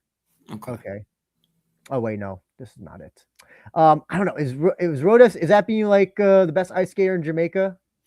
I would say like the best, I don't know, ice skater, not in Jamaica, but in Tanzania. Kenya. How about Kenya? That? Okay, yeah. As you can see here, I can't do the translations here, but they're going back and forth with each other. Yeah, he's making fun of Arai's hair, all that stuff, calling him like ugly and all that shit. Anyway, so okay, let's see. Yeah, right. He talked shit on all three of his opponents. He's lost all three of them. That's the funny thing. He's lost. 2-0-3. Makoto Shinryu, Yuki Ito. Who was the third one? Oh, maybe he's predicting a loss. Anyway, T-San says Jorai fight history is loss, then win, then loss. Oh my god! Now hold on. I gotta see what his record looks like. Okay, so he's just coming off a win, so he has to get 2 more wins. Then he'll do. Okay, so let's see. Win, loss, win. Okay. So if it's gotta be like a win for him, a win in this case. In other words, he's streaky as hell. Yes. Let's see. Oh, they need these two for more low-level flyweights in the roster for Shinosuke, Joe Hiromo, and Tomizawa to beat. That's true. I think that's probably what they would do. Although I would argue that Arai could beat Hiromoto and Tomizawa. I don't know. Tomizawa maybe could knock him out. Possibly, but I also think that Arai's experience would be the difference there. But with Shinatsuka, yeah. Anyway, go back to this. I apologize. We went a little bit off track. So yeah, I think I have to edge on the side of Joe Arai winning this. I don't know if Lee really has the power to knock out. He's got some knockouts on his record, but I don't think. Yeah, I know. He's fighting Seigo Yamamoto. He's knocking like Seigo Yamamoto. Look at he's fighting. Look, he's knocking out 0-0, 11, or he's beating 11-1, 4-8-1. This I don't 0-4. And then lost to Mark Lomacko on road to UFC. Got choked out by I just don't think. I don't think skill-wise Lee is even close to what Joe Arai has. What Joe Arai can do. I don't think Lee's grappling could even be like a positive factor in this match. I think Arai. I think he'll win handily by outstriking him. I agree. And he's had time, so we can't say like, oh, he had a war with so and so there is a possibility he will get knocked out. So I assume that his chin is somewhat still there. I mean, he's what, only 26, 27, if that? Yeah. Oh, it was this Ito out-grappled Lee as well. So I might be the better grappler in this fight as well. So yeah, man, I'm gonna have to pick Arai to win this. I think he's gonna win striking, grappling. I don't know if he can finish Lee. I don't know if he has that capacity, but I think he can easily win. I can't do math. 30-29. I'll say, since we're going dual bus system. By the way, as well, if anybody doesn't watch a video, please watch that Rizin dual bus system video. They also said they're going to release scoring now. Remember they didn't release scoring, then were releasing scoring, and then they stopped doing that. Why? Because it just was generating controversy? I have no idea. I don't know. They just stopped releasing it. But they did say in that video they are going to release the scoring cards. They're going to have to for the first couple of events anyway, as people need to get used to a completely different system. Oh, yes. 100%. Maybe that's why they bring over the foreigners. Because maybe that's why they're bringing over so many foreigners. to see, okay, we can't to see where they're fucking up with. And Lord knows they're going to need it for Sabatello against Goto. Oh, yeah. Oh, hey, listen, if Goto doesn't knock him out, but hey, who knows? Who knows? Let's see who I have next on this. Oh, no, we already did Noe, so I'm going back. Oh, okay. Here's a great one we could talk about. So, Kyung Po Kim versus Yusuke Yachi. I think that completes the Korean versus Japanese fighters on this card. So yeah, Kyung Po Kim is back from his his last fight was the no, it wasn't Satoshi. Yeah, 2024. I go Kuramoto because I think didn't he tear his ACL? Yes, he tore his ACL and is gone for as you can see, look at that, almost over a year. Yeah, but great fighter. He's a good fighter. Yeah. Almost beat Spike Carlisle, but he was winning that fight before Spike got him. Yeah. Guy who's would you say he's definitely a guy who's great at everything? I wouldn't say he's great at everything, but I think he's very good at everything. Okay. I would definitely put his striking though as his greatest asset. His power striking, I agree. I mean, because didn't he? Yeah, he was. I was trying to think of who fought Captain Africa, but it wasn't him. Yeah, no, that was one BP, wasn't it? Yes, yeah. But also as a guy who knows, as you can see, how to ground and pound, which is important. Mm-hmm. And he also likes to he also pushes the pace. Yes. Of his fights. Yeah. Oh yeah, Sean Mui, King Green, schooling the youngins, the young guns. Yeah, it's the year of the young. That was nasty last night. This is the year of the young, I believe. This is the year of the young. It still amazes me that they have not done Michael Johnson versus King Green. Like that's never been done. You would think that would be one of those fights that already happened, but it has never happened. I can't believe that's. Why not look at a number card? I wouldn't mind that. Yeah, I can't explain that. Anyway, Kyung Po Kim taking on Yusuke Yachi, everybody's favorite Rizin should have been, but did not turn out. By the way, you see that the guy he beat on the last show, Kai Blauhaga, won his yes, won by I want to say was submission, wasn't it? Yeah, like a choke. Yep. And then he cut a promo at the end saying that Grachan was his castle, and he's gonna climb to the top. And apparently, like people like the audience loudly laughed at that. Basically, he was calling himself the king of a regional. Yeah.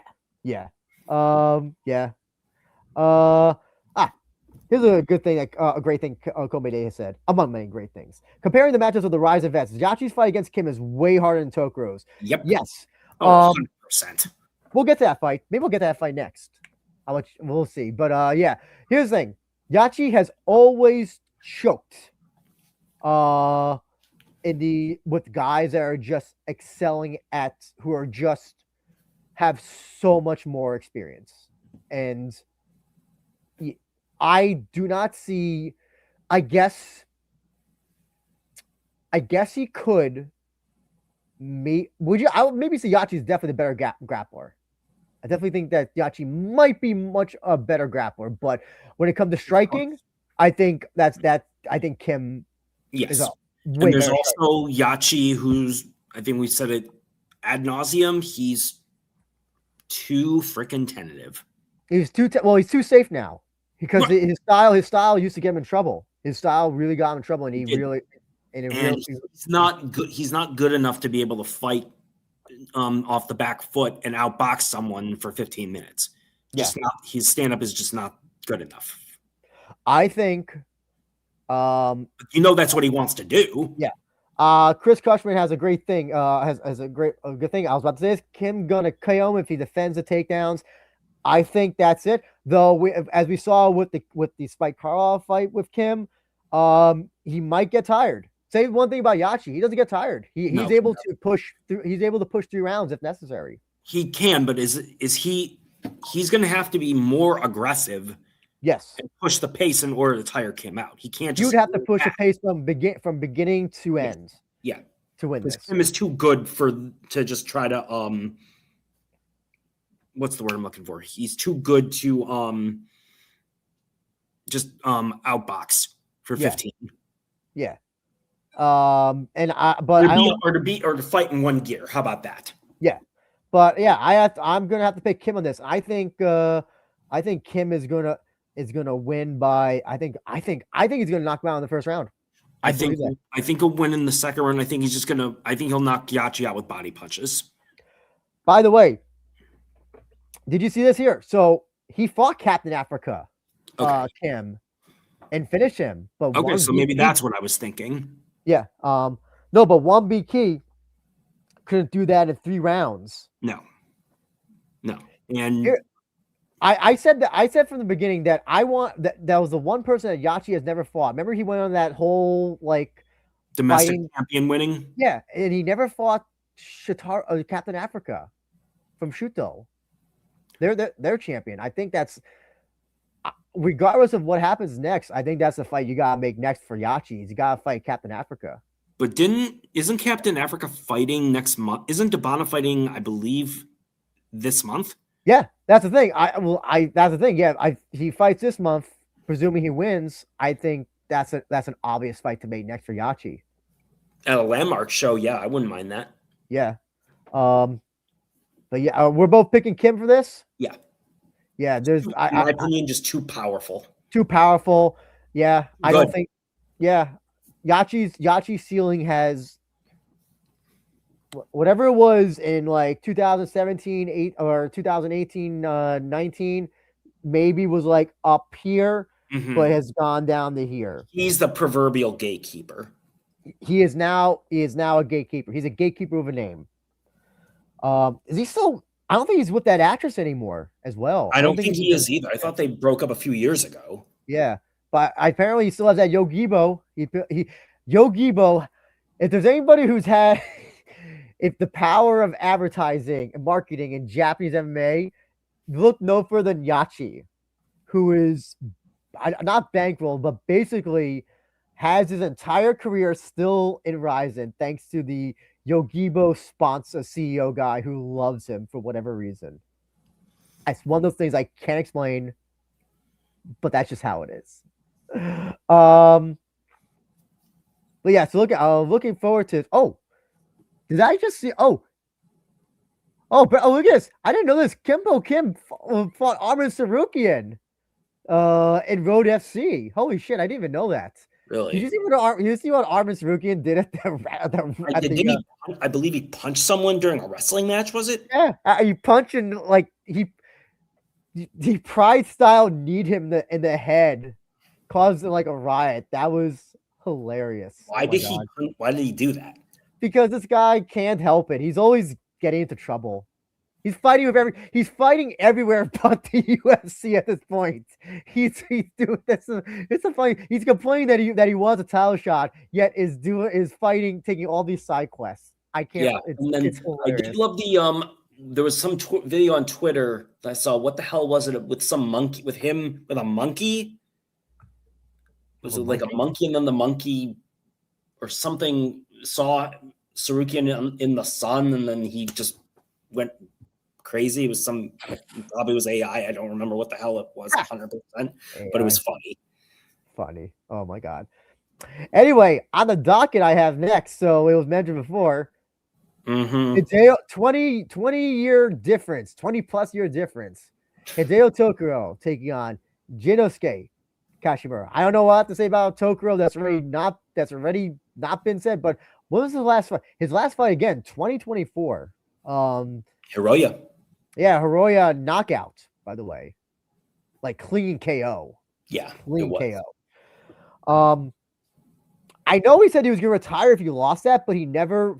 I just thought he wasn't going to fight again because we hadn't heard from him for years. Like, oh, maybe he just decided, went off on a win. I guess not. So, what do you think about this? And Kashimura got his first win against Ahuma Yasui. Good win, by the way. Even if one round was pretty exciting and the other two were boring, I believe it was. Yeah. That's that. No, they should use that video to explain the dual must system. I think that'd be a good fight. That's another one. Yeah, one of the Joji Goto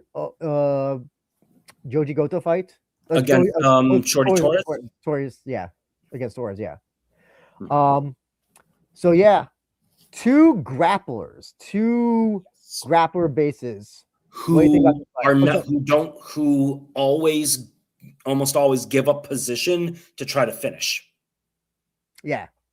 So yeah, what do you think about this? I love Tokuro. Been following him since Zest before he came to Heroes. Have become a big fan of Kashimura. Love his aggressive grappling. I mean, obviously Tokuro, as experienced as you're going to get. Kashimura has a lot of grappling pedigree, of course. I think both of them don't really keep position. They always are attacking. I would say that Tokuro has the better stand-up, but Tokuro has a very weak chin, and Kashimura is younger, so I would think his reaction time would be faster, in theory, and I would think that Kashimura should have better stamina too. I'm going to go with Kashimura by decision here. Oh, I'm just going to read the two comments. Super Anime King says Shinya Aoki watching Tokuro, seeing his future as a late 40s fighter. Well, I don't think Aoki's going to fight anymore. I think he's just into pure wrestling now. When we did DDT, DDT, and he has his own promotion now, I think, right? Really? I didn't know that. And then Kawajiri's now pro wrestling as well. Yeah, I think Aoki is never going to fight MMA again. He did that. He's doing that wrestling match in the Philippines. Okay. Yeah. I think I heard something about it vaguely, but yeah, I think when we did our rapid fire predictions for the award show, I said the question was, is Aoki ever going to fight again in MMA? And will he fight in Rizin? That was the exact one. And I said no. But I think he's generally just done with MMA at this point. Not that pro wrestling now is a lot easier than it was than like 20, 30 years ago. The bumps are not as and the miles are not as bad. Yeah, you're not King's Road with head drops. So Bas Rutten, sorry to go off on tangent. Bas Rutten tells this funny story where when he was doing pro wrestling for New Japan, he was coming home one day and he was just like, oh God, he's just like in so much pain. And then his wife tells him, if pro wrestling is this so bad, is so bad for you physically, why don't you just go back to MMA? Because you were never coming home like this ever after an MMA fight. And so, yeah, it's a lot different now. Oh, T-san says, Kashiwagi, Shingo said that the meaning of dual muscle system is mainly needed to avoid the final round escaping the fighter. But They In kind of had that. in other words, to make sure someone doesn't stall out a decision if they've won the first 2 rounds. But they also that was kind of there already with the the criteria, the emphasis on damage, right, and aggression. Yeah, and what do you call it? Ring generalship. That's the whole point of just like the whole total must system. We have seen fights where someone would dominate 2 rounds, but then third round comes and they excel and they've won, or it's been like a split decision. So I don't know. Oh yes, Chris Cushman. Tokoro fought in deep, and he had one fight in Bellator, I believe. He did LC Davis. Yes, LC Davis. Yes. T-San says, I heard Yogibo was not a Japanese company before, but Japanese branch sells very well, and eventually Japan will purchase branch will purchase the company. Super Hammer is at 48-70 fights. I'm surprised he has a chin anymore. He does not have a chin. He's got a weak ass chin. He always has. So I want to ask, who do you think is a better striker in this fight? I think it's Tokoro. I think he's always had decent striking, but his issue is that he keeps his hands a little low, and once he gets hit, it's pretty much over. What about Jinosuke? He trains at Battle Box, which has Minoru Kimura, Onigiri-kun. I think Sho Patrick Usami. Yes, or Mason Usami. I think Mason's with Team Vesalius now, isn't he? Takeru. Oh yeah, you're right. I'm sorry. Yeah, you're right. At least I thought he left Battle Box. Yeah, I'm really curious. I kind of want. How fast do you think this will go down to the ground? And if it goes to the ground, who do you think is the better grappler, in your opinion? This is a tough one because I was trying to. I've trained with him before. Good question. I'm going to go with Tokoro only because of the experience, but I think the more explosive submissions would be done by Kashimura, if that makes sense. Yeah. I trained with Kashimura before. He's excellent. Now I think he has great. I think his jiu-jitsu is great for jiu-jitsu. Okay, but it's also new style. While Tokoro's is very. He comes from like remember they used to call him Volkan. He comes from that catch wrestling. Here, I do have a question for you. When you grappled with Kashimura, was he just attack, or did he emphasize position? He lulls you into a sense of confidence. Like, okay, I'm safe here, but he's so fast with being able to slap on like a triangle or a guillotine that it you don't realize it until it's too late. Now would Tokoro be too aggressive and Kashimura catches him? Or I think that's a tough one. I think it can definitely happen. Kashimura is also not like a leg lock guy so much. No, but Tokoro is. Yes. So he has that, but that doesn't mean that Kashimura does not know how to like get out of leg locks and all that stuff. He knows how to get all that shit. Man, do I dare say that I almost think the striking is going to kind of be the deciding factor in this? Because here's the thing: when you have two guys who are so good at grappling, they almost cancel it out. Yeah, that they almost don't want to grapple each other because they don't want to lose that way. Almost. Not that, and Tokoro has lost by submission before. It's not like he hasn't lost, Joachim Hansen, of all people, although Hansen was always underrated with that, but still. Yeah. Also much bigger than him. Bigger than him. Yeah, but you wouldn't expect Hansen to beat Tokoro with a freaking triangle in like 2.5, 3 minutes. Yeah. Was it Nakamura? Daisuke Nakamura? Yes, but Nakamura, now that was a legitimate way to disadvantage. Yeah. This is tough. This is really tough. I can see so many ways. Tell me I'm trying to figure out how to do like voting and all this stuff in the chat. I'm still I wish I could have learned it before this one, but I mean, I'm curious. Everybody who's in the chat right now, who do you think wins in this one? And if you think it goes a certain way, tell me how you think. You went with I'm gonna go. Tokoro? I'm going with Kashimura. Okay, I'm Kashimura. gonna go with Kashimura by decision But also, my heart says Tokoro because of the experience. because it's Tokoro. But also, the other thing is that you can't have these old guys beating these new guys because then that kind of goes nowhere. No, it doesn't. But this is also odd matchmaking to begin with. I don't think it's so much odd matchmaking. I think it's kind of seeing where Kashimura is at this point because Kashimura. So obviously in the Yasui fight, there wasn't going to be that much striking. That was all going to be grappling. The Goto fight, he was clearly outstruck by Goto.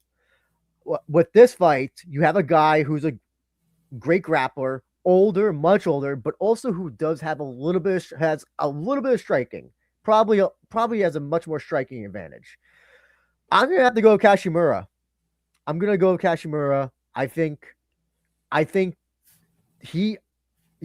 will he have a size advantage? I don't think so much. I think Kashimura looks bigger, but yeah, Tokoro's gone up and down over the years. So it's the other thing is I think Kashimura probably is better with the takedowns. Yes. And he has a lot more judo stuff, and he comes from a judo background also. So I think he has that. I think he can. He may not be able to submit Tokoro, but I think he can easily win decision points.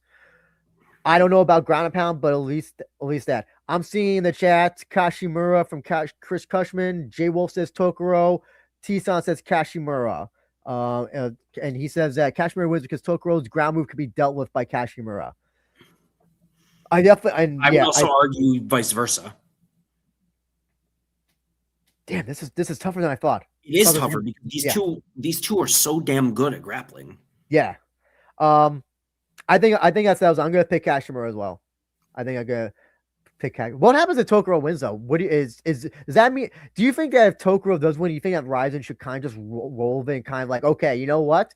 You're winning fights. Let's put you up against, I don't know, an Ursan Yamamoto or not, but he's flyweight.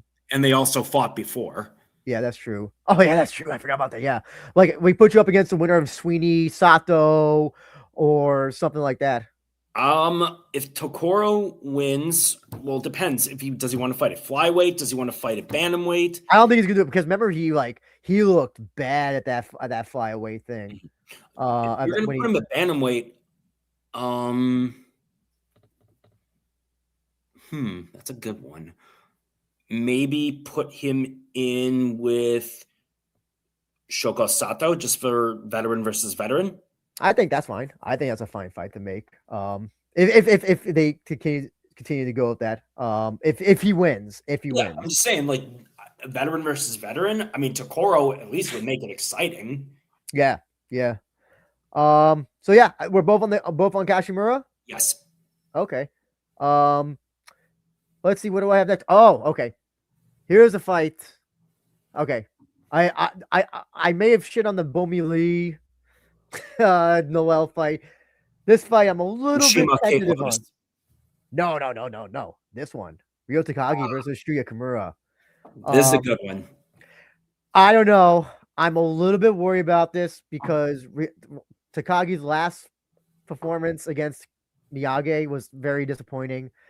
And then Kimura has been kind of fraud checked in his last two fights.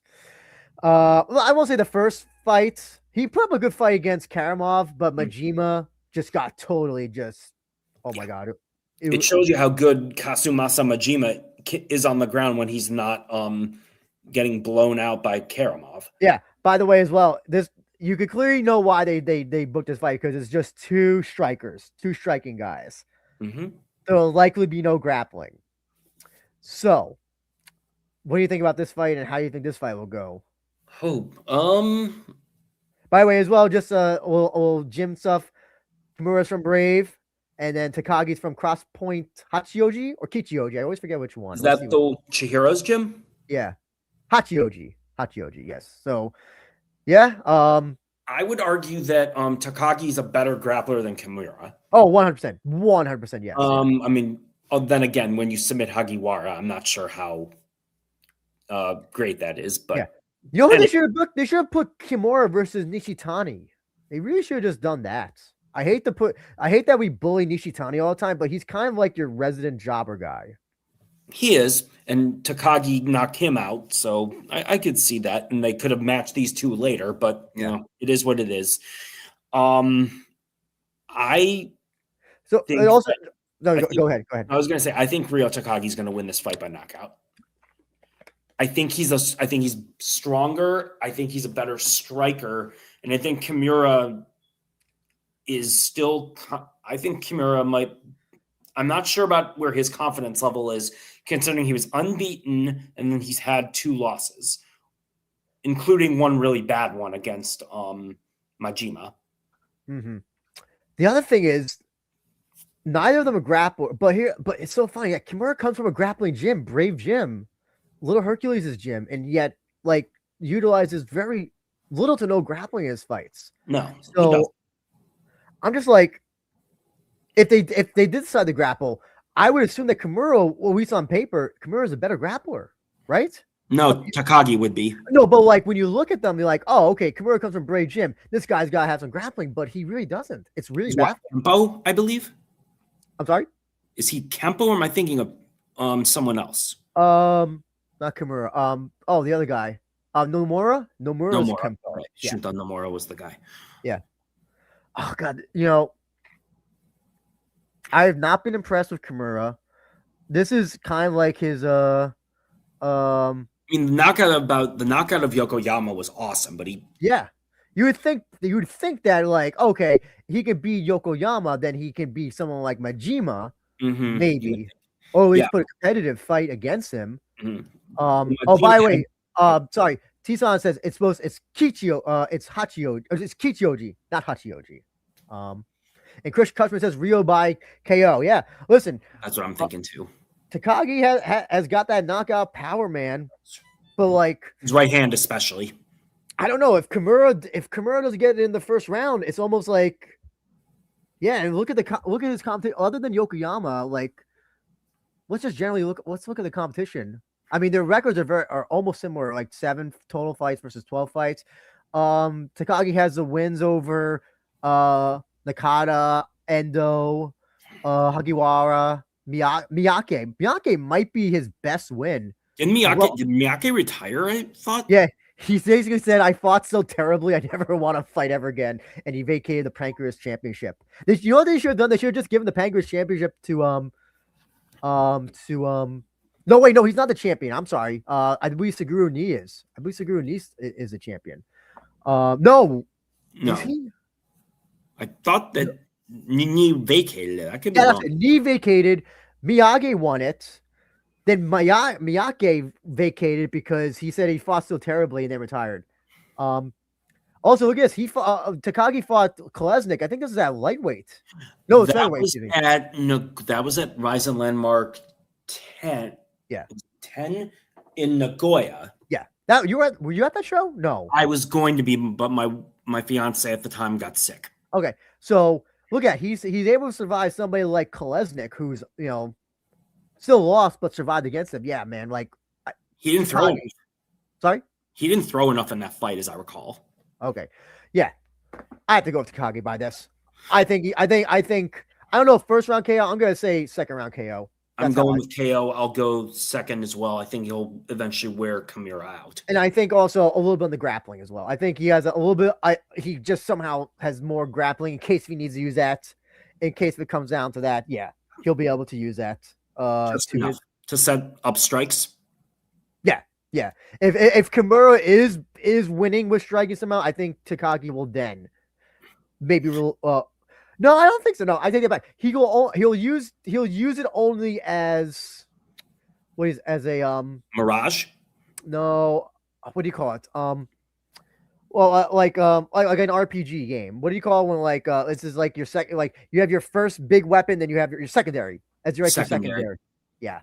Yeah, secondary option. Okay, here's one of the fights I'm really looking forward to, and we'll talk about which 3 fights we're looking forward to the most.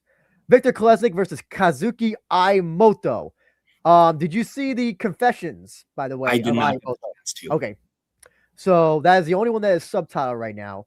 So do you know that Aimoto has no actual camp, no actual gym? He is totally freelance. Interesting. Does he at least train at a gym, I would assume?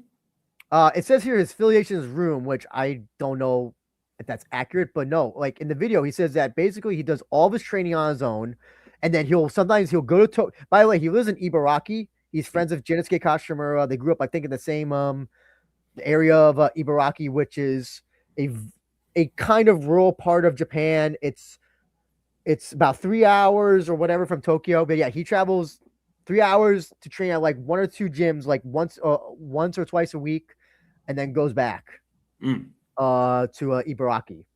But he's all this here's a crazy story as well. So I met him before his first fight. So really? Let me see. Yes, this was his first fight, and I was in Japan at the time. And then I meet Jinosuke, and he introduced me to his friends. I had no idea who the guy is because I didn't look up the card. I just bought tickets for this card, whatever. And yeah, tall ass guy, by the way, tall ass guy for featherweight, or was it? Yeah, it was featherweight. And he's taller than you, and you're 5'7", right? Yeah, he is. He's 5'9", but he looks taller as well. Is he lanky? Is he lanky? Oh, he is very lanky. He is a lanky gent. Okay, yeah, so his knockout of Takahashi, when he threw those punches, he looked really lanky. Yes. I think he's the one that knocked out Ryo Takahashi, right? Yes.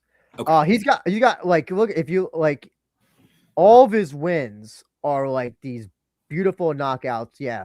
Ryo Takahashi, he was supposed to be in the deep featherweight tournament as well. But he had like a weight issue while cutting weight as well. Yeah. He's basically beaten everybody that's like who are deep regulars and all that. Hiroto Gomyo from JTT, Kie Maizono, Karate Kaneshita, Ryo Takahashi. And he knocks you out, or he decidedly outstrikes you 10-1, 10-2. So he's high volume. He said in the Rise Confessions video, he kind of just doesn't really go with a game plan. He said he throws without even thinking about what he's throwing, which is good. It can be good and bad depending on the opponent.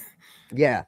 But he is definitely one of the guys I'm looking forward to this making his Rise debut.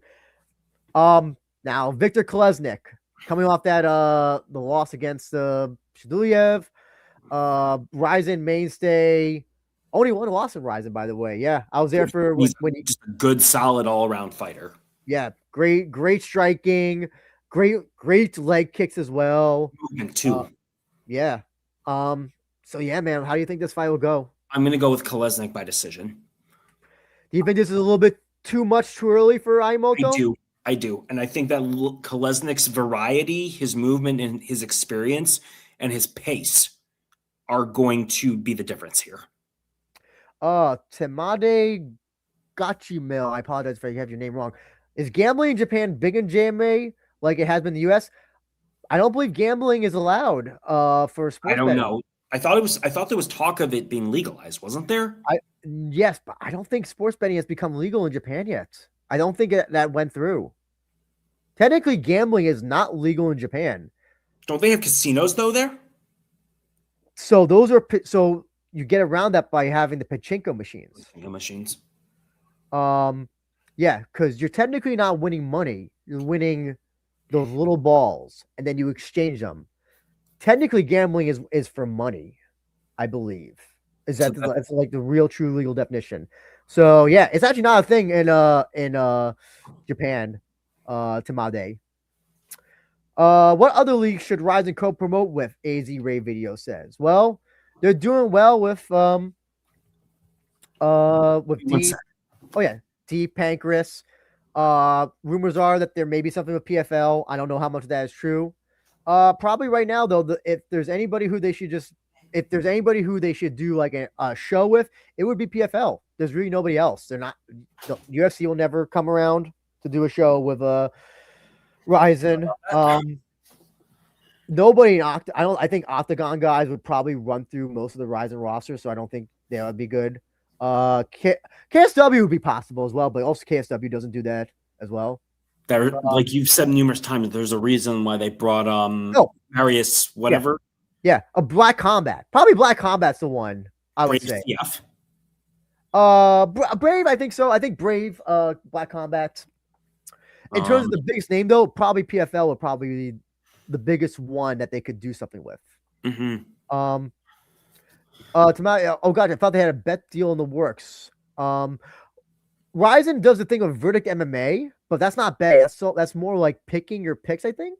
Isn't it like isn't it more like just for is it for fun, not as much as money? Yeah. There's no like Rizin's not like partnering with Brain Bets or what's the other one? DraftKings. Kalushi. Like yeah, Kalushi, yeah. There's nothing like that going on. It's not right now that's not legal in Japan. You don't even see it for baseball. You don't see it for soccer, football, whatever you want to call it. Yeah, exactly. Black Combat, Brave, that's CF. WMA scene said that Black Combat and Deep aren't getting along anymore. So chances of Rizin work with them are low. Any reason why? That's interesting. If you know any reason why WMAC now, here's the thing: Deep will work with anybody. Deep will work with me if I made my own promotion. Black Combat. So if that's true, that could potentially affect Juri Ohara. It would affect Juri Ohara, but also if they do a show in Korea, because that show that they did last year in Korea was a venue that I think Road FC, or not Road FC, Black Combat uses. I'm pretty sure that ballroom at that hotel. I think that was a Road FC where they mostly do it. Where they mostly do their shows, I believe. Okay. At that hotel. I could be wrong though. AZ Ray Videos has a question. Black Combat would be a cool cross promotion. Why doesn't Rizin travel to other Southeast Asian countries? Is Rizin really profitable to stay in Japan? Yeah. They are. Yeah. And there's not there. They would need to find a country where there's barely any risk and there's high reward. Yeah. Singapore probably would be the one, but even then, yeah, maybe Thailand, but they're more obviously kickboxing than MMA. Yeah, really, only place would be Korea. Korea. The only place. Yeah. I mean, that's not Southeast Asia, but that's the only place in Asia. No, and that would be maybe twice a year, if that. WAC now is, I think it's because Godfather Black just talked too much after winning against Deep. Well, I can tell you, Sayaki does not care. Again, Sayaki does not care. He doesn't care if Black Combat went 10-0. I think, I don't know, maybe it was just some temporary whatever, but I think I don't think there's any bad blood. And Super Anime King says no money in Southeast Asia. One already proved that. Plus, also, they charge premium prices for these MMA shows there as well. I'm not the shit on these countries. They're not the most well off countries, and you want to charge what you charge. If you want to charge like $90 for like the cheapest tickets in like Thailand, why the fuck would they do that? No. Or in Myanmar, for instance. Oh, that too as well. Because the only reason I mentioned that country is because there's quite a few like Muay Thai fighters, kickboxing fighters that fight in ONE, or at least that ONE Friday fights are from Myanmar. I'll say this, AZ Rays. AZ Rays, they won't do any if the government or somebody, if they can get an arena for free, they will more likely do a show there. Azerbaijan. Yeah, and Korea as well. That was a paid show. Let's go back to Aimoto Kolesnik. So you think that Kolesnik, it's just too much for Aimoto at this point? Yes, I do. In what ways do you think that Kolesnik will? You think Kolesnik will just chop down Aimoto? I do. I think he'll throw his leg kicks, use his movement, jab, and he'll outpoint him. I also have to agree. I think that Kolesnik, is a just much better MMA fighter. Yes. He's underrated, in my opinion. I also don't know if Aimoto's grappling has been really challenged. I'm not saying that Kolesnik is going to win ADCC in 2026, but his grappling is much better. Is MMA style grappling. If he needs to, he's good. He can tie clinch. He's from Tiger Muay Thai, so he knows how to tie clinch. I think he might have a little bit of a sambo background as well. So probably does. Yeah, so if he needs to get that fight to the ground just to get some points, to just, if I'm in a bad position, pull like a Doubtback versus Yaman or Chihiro, he can do that if necessary. Yeah. The definition of a good, solid veteran. Yeah. But he has to be aware that Aimoto, this will really test Aimoto, how good is Aimoto going to be able to come back if he loses the first round, if loses the second round. He's never faced any adversity, has he? Yeah. Most people, he's faced okay opponents, but he's never faced a guy of this level. Mm-hmm. And has he ever been in trouble? He's got the Takahashi fight. He got cut open. He got cut open for that. So, yeah. So, but I think again, way too early. Not way too early, but I think way too much experience on Kolesnik's resume. For Aimoto. Yeah, Captain backed me up here. He was getting dinged by Takahashi. Yeah, so I could see I'm about to say Captain Kolesnik doing the same thing. Super Anime King says, for Rizin, the money would be a purse show if they get him to approve the rule set. That will never happen in Australia. I could just tell you that will never happen. Big money town, Texas of Australia, and the time difference with Japan is bad. You're right, but that rule set's not being improved there. No. Oh, Kome Day says Rise was sponsored by Steak for a little bit. I thought it was in the main videos. I didn't even notice that. Do you know what? Maybe I was incorrect. I thought what is Steak? I don't even know what that's. Steak is a betting site. Okay, is that located here? That can't be a Japanese company. I think it is. Okay, I'm pretty sure a couple of Naoya Inoue's fights had Steak sponsorships in the ring. Oh, okay, gotcha. Okay, so it sounds like they kind of decided to do all the Japanese companies almost, right? Yes, and also UFC, I think, has Steak on the octagon pretty regularly. Oh, okay, gotcha. As I recall. Gotcha. Okay. We're gonna move on here. Okay. Here, interested to hear about this: Takagi Soya versus Tony Laramie. This is a good fight. I'm really looking forward to it. We basically have a guy who's a power, who's all power, Soya, and Laramie, who's got power, but can grapple. Can grapple and is, I think, much more. Would you say volume? Volume. Yes. Yeah. He's more versatile. Yeah. Yes. Soya was beating Ali Beck in their fight. I think he was winning. And then boom. His defense. Yeah, and then Tony Laramie beat Yamauchi, who missed weight, and that's where we saw he can grapple as well and not do what happened to Ito. Avoid that. Who do you think is gonna win this? I'm gonna go. I hope Takaki Soya wins. I like him a lot, but I'm gonna go with Laramie probably by knockout. You see, here's the thing: is that Soya. It's so weird. His record is so weird because he has a win over Dodson, yet Yusaku Nakamura beat him, and then he has wins over, like, let me see. Let me go back here. Okay, he has a win over Ryuya Fukuda, man, and then I know this is way back in 2013, so take it for whatever. And then like I said, he's losing. He loses to Temirov, not a bad loss. Who knows if Temirov was also enhanced? Yeah. The other thing also is that a lot of his Rizin wins were all people who are basically like strawweights. A lot of them, besides Dodson. He's the only one. 3 of his wins were all basically strawweight guys. and yeah, man, I think the problem is that all the Soya will be all power, and I think he'll start to get tired, which is what we kind of saw in the Alibek fight. And I think Laramie is a much more versatile striker, grappler. I don't think I think that Laramie will probably fight. You think he'll fight the same way he did against Yamauchi? Yes, I do, because I think that Soya's one shot is stand up. Why would Laramie smart enough to know that to take away that one shot of Soya winning?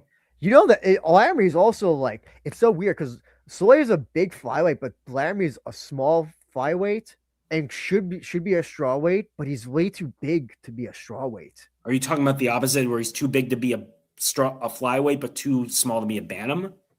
No, like Laramie like could be, if he wasn't so thick, like he could be a strawweight with his height, but he's got like a weird body composition. He does, but I mean it works for him, and I just think he's going to outgrapple Soya. Yeah, I think the same thing. I think he's going to outgrapple Soya. He's not going to let Soya use all that power. Maybe just to see him tire, just to get him to tire out and then grapple him. I think that's Laramie's path to victory. I think he saw what he did in the Yamauchi fight works for him. Though I it's so funny that the way that Soya beat Dotson was by grappling Dotson. It's so weird how that works. I mean, Soya's got that dimension too, but Laramie's just a better wrestler, grappler. Yeah. Laramie has an underrated grappling. He mostly does stand up, but maybe after how his last fight went, he's gonna be like, you know what? Only grappling for me now at this point, I think. Yeah, not to mention he doesn't want to get into wars so he can preserve himself a little bit. Oh yes, yeah. Okay. What might be the co-main event? Actually, you know what? Fuck it. We're gonna fuck it. We'll go with it. But maybe the co-main event, I think. Luiz Gustavo versus Taisei Sakuraba. A little bit of Silva versus Sakuraba, if you remember that from the Pride era. Because Silva was Gustavo's teacher. I don't know. I don't think he's teaching him anymore. I don't think Silva's involved with MMA anymore. Or he's going to that gym, Ivalco Thai or whatever it's called. Let me see what it's called. Andre Dita, maybe? Yeah, that's Andre Dita's school. That's Dita. He's with Dita. So yeah, that's where he's. That's where he's past. But look, if you look at Sakuraba has been on the up and up, while Gustavo hasn't won his last two fights. Mm-hmm. So I don't know. How do you think this fight will go, Ohio-san? Well, Andrew-san, I don't know. This is a really interesting one because Taisei Sakuraba showed, frankly, pretty damn good technical striking when he was outboxing Sho Patrick Usami last time he fought, which was just stunning to me. He totally negated Usami and then submitted him with, what was it, the knee bar, I think it was? Yes. Yeah, and but he was out striking him. That's the thing. He was that he would have won that on the feet. Yes, would have. And then the thing about Gustavo's striking, he's very powerful, but he's wild, and it's all brute force. It's kind of like we just talked about him earlier in the card, Carlos Mota, kind of. Yes. Like all like balls to the walls power.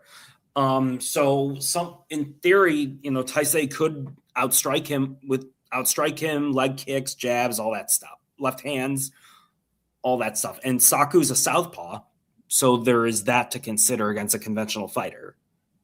Mm-hmm. The question is, can Sakuraba take the punches that Gustavo, those really quick, explosive flurries when Gustavo actually does throw? Can he do that? Can he deal with that? Mm-hmm. Dare I say, I think Saku's gonna fight this fight smart. Yeah. If he doesn't think that he can strike with or if it's too dangerous, strike with Gustavo, he can just take him down. He'll try to, but is his wrestling good enough? I think so. Yachi took down Gustavo. Oh no, sorry, not Yachi. Mikuru took down Gustavo pretty easily. How long ago was that? I mean, that was long ago, but still, I don't know. Like, I think Satoshi would have done the same thing if the fight had lasted longer between those two. Let me see. Let's look at let's see. Okay, the Mikuru fight, Jurihara, the Koji Takeda fight. Like, that was a split, and then Takeda was the one taking down Gustavo for that fight. I mean, I think Sakuraba just has more in case if the striking is if it's too safe, if it's not safe to be on the feet, he can just take him down, work him there. Oh, I agree. I'm just saying, is he going to be able to avoid those flurries? I think so. If he could avoid Patrick Usami's, I think. But Usami, I don't think is as fast or as powerful as Gustavo is. Maybe not as fast, but maybe I would say powerful. I would say powerful because Patrick Usami has that one punch knockout power. He does, but so does Gustavo, and I think Gustavo throws more with more ferocity. He does, but also that's also what gets him in trouble. That's also what gets him in trouble. Right. Yeah. I'm just saying, like, Taisei's got to be very careful when that happens. If Gustavo has not taken any Brazilian Jiu-Jitsu classes, I hope he was doing that in his preparing for his fights. But no, I have to say Saku Jr. takes this. I think Saku Jr. is gonna make it. He'll definitely test it on the feet to see what I can do. And if he can't, if he doesn't think that he can hang up there, he'll just take him down to the ground, work on a knee bar, maybe heel hook, or just have him be in his half guard and just deliver punches, for bunches. I think. Yeah, bunches of punches. I forgot how bunches of punches. Yes, punches and bunches. That's what it was. Yeah, and Luiz Gustavo's not gonna outwork you. No. Well, Gustavo has that one punch chance, I do think, but I don't think Sakuraba is that brazen. If this were Gustavo versus Kazushi Sakuraba, I can see that happening. But I think I can see Gustavo getting that one punch, even in Saku's prime, because Saku just, I don't want to say fought, he didn't. It's not that he didn't fight smart, but he wasn't as careful. I would disagree with you in that I think Saku fought pretty smart. I think his biggest issue is that he just fought people that were way too big. Okay, yeah. And also Sakuraba, Kazushi, much better wrestler than his son, I think. Yeah. And also Sakuraba had, in my opinion, probably the fastest single leg I ever saw. Mm-hmm. At least during that era. Mm-hmm. But again, Kazushi came from catch wrestling. Taisei's from judo. So, Taisei, isn't Taisei like more lanky than his father? Yeah. Oh yeah. I think he's like 5'10", maybe 5'11". And you saw that him using that length like really surprisingly well against Usami, as we were discussing. Yeah. And I think that fight prepared him well for this Gustavo fight. He's not gonna get into a firefight with Gustavo. He's not gonna let Gustavo throw anything wild. He's gonna be able to keep distance, get in when he can, and if he just can't for whatever reason, he's just gonna take him down. I think that's how the fight will go. No mistake. Gustavo can win this fight. Gustavo can win this fight, but I think Sakuraba has more chances of winning this fight. Oh, absolutely. He has way more dimensions.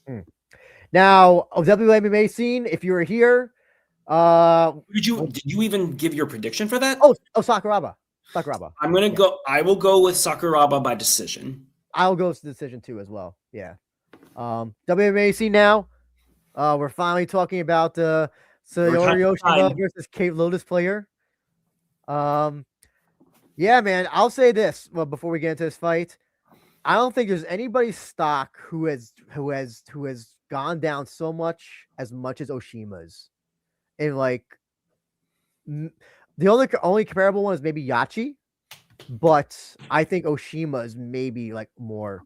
I remember when she had her fight with Kana, and when she got that win, and people were and that video has like over like 2 million views on Rise's Instagram, YouTube, and she made up kicks a thing.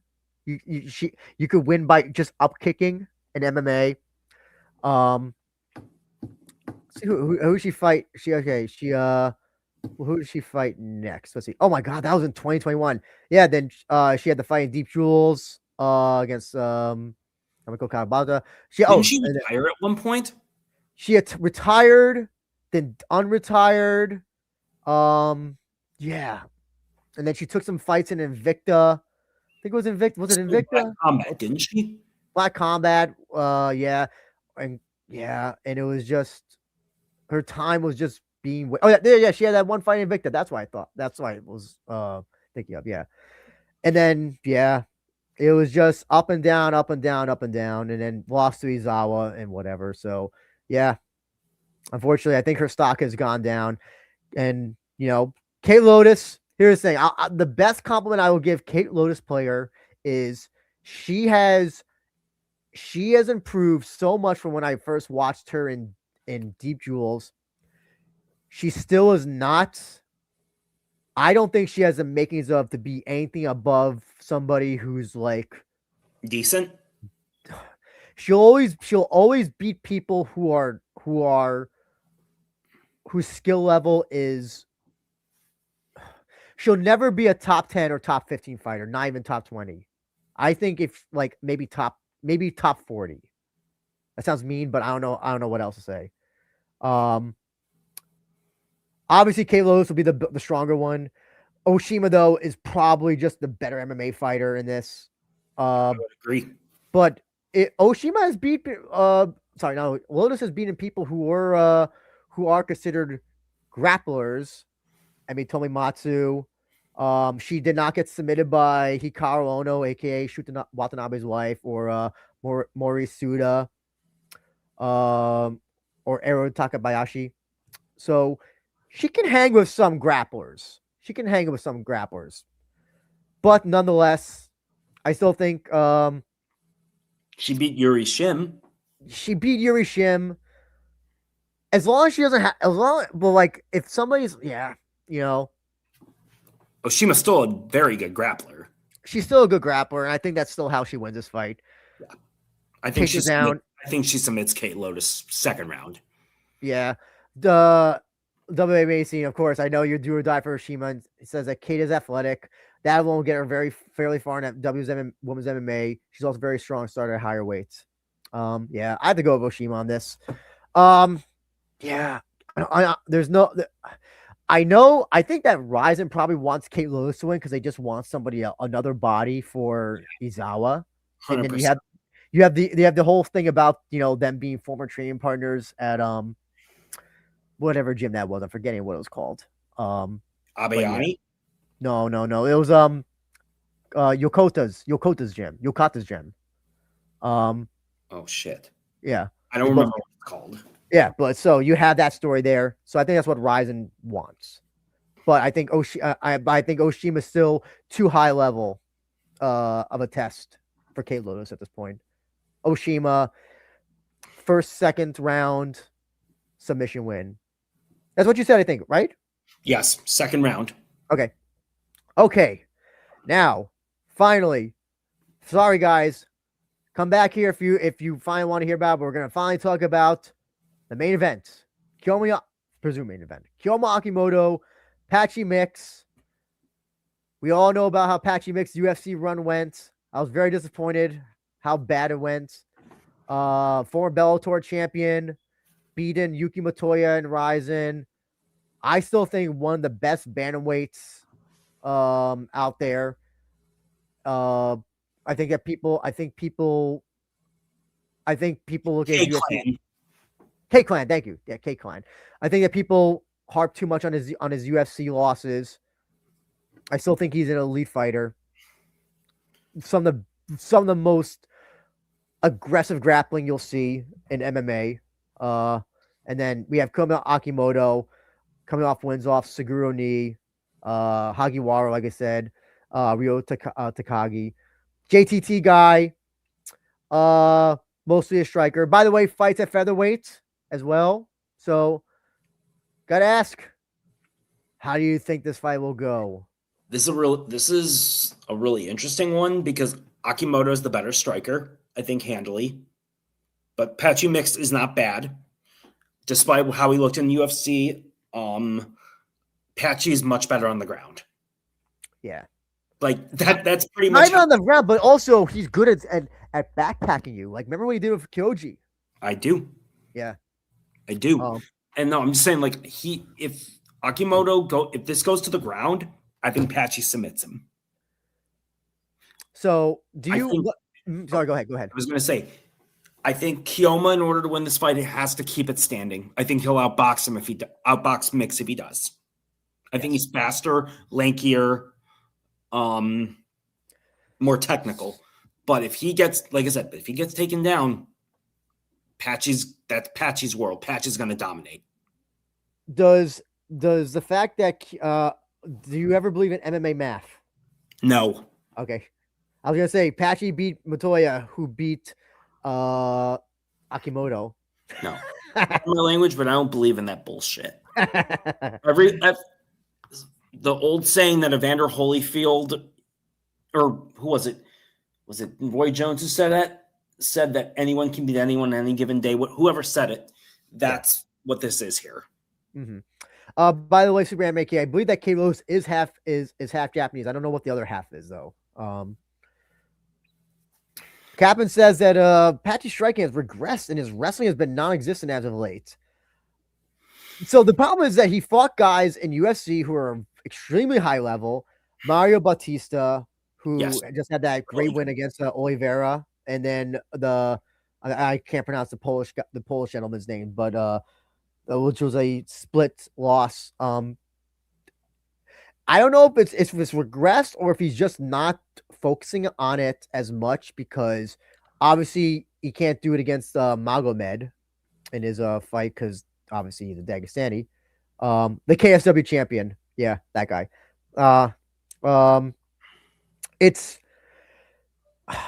I was thinking about this and I'm like, obviously Akimoto is a better striker. I think we all agree with that. Yes. Even if his wrestling has been non-existent of late, it's still better than Akimoto. Yes. Akimoto really hasn't been tested that much in terms of wrestling. I look back at that Yuki Matoya fight, and I know that some people are like, "Oh, because that was at bantamweight, so maybe that had more of an effect." And also, it was over a year ago, so he's definitely improved. But the question is, how much? Did you see that some Japanese fan posted this on Twitter that Akimoto is trained with Aoki for this fight?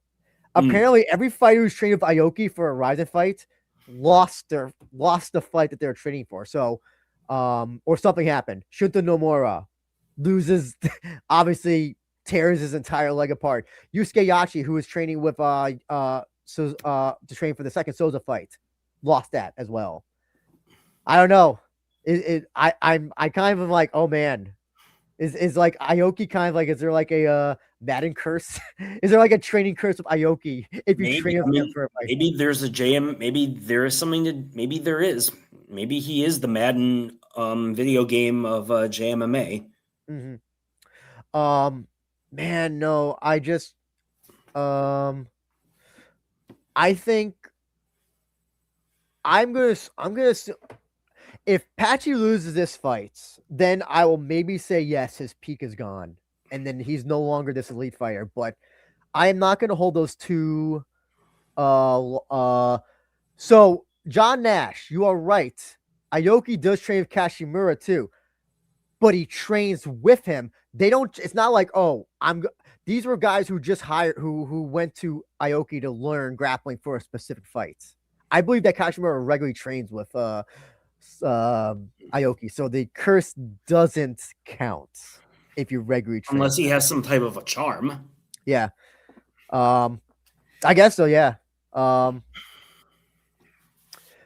Yeah, maybe we'll hear. we'll hear Captain and what happened. Don't worry, Ryzen will die. I'll get to your question in a second. But it might just be a thing of where Patchy just got old. Yeah. In a matter of speaking real quick. That's so possible. Also, he's no longer at Jackson Winklejohn. He's now at Extreme Couture. I gotta find out. I don't know when he went to Extreme Couture. But I also maybe altered his fight style too much or altered training. Yeah. I know. Saber Anime can bring up a good point. It's 2025. Evidence of his downfall was a blip. Every fighters do have bad years. They do. Yeah. Kobe Day. I wouldn't say that the PFL iced him. I would say that it depends on what you mean by the word "for," to quote a former president of ours. 3 years ago, he went to Extreme Couture. Okay, so that's interesting. So 3 years ago, so that means he was in Bellator PFL.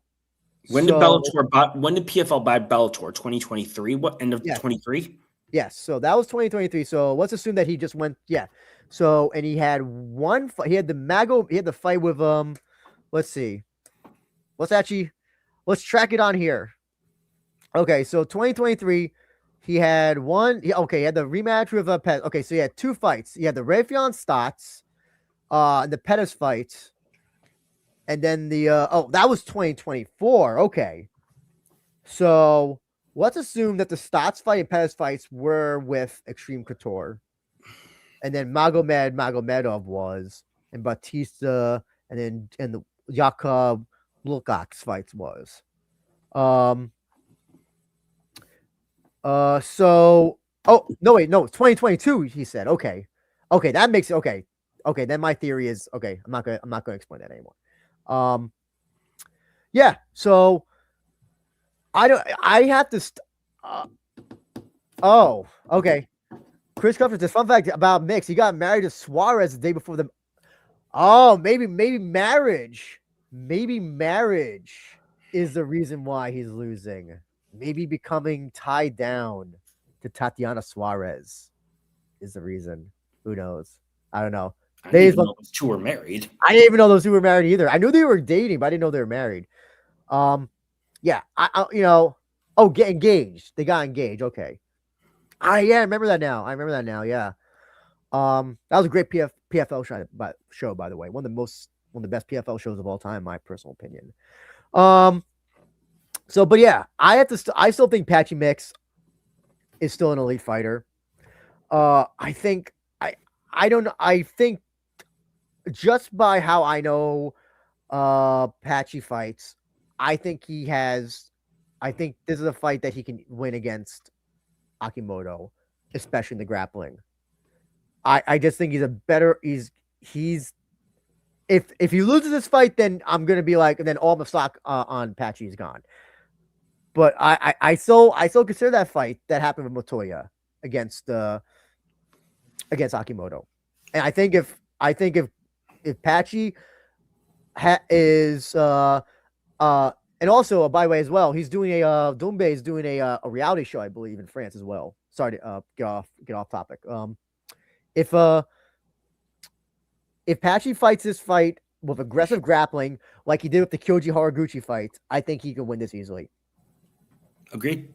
Yeah. I'm now if Kyoma Akimoto knocks him out or dominates him in the striking and wins, then all the stock in Akimoto, no stock, and then Akimoto is the real deal, I think.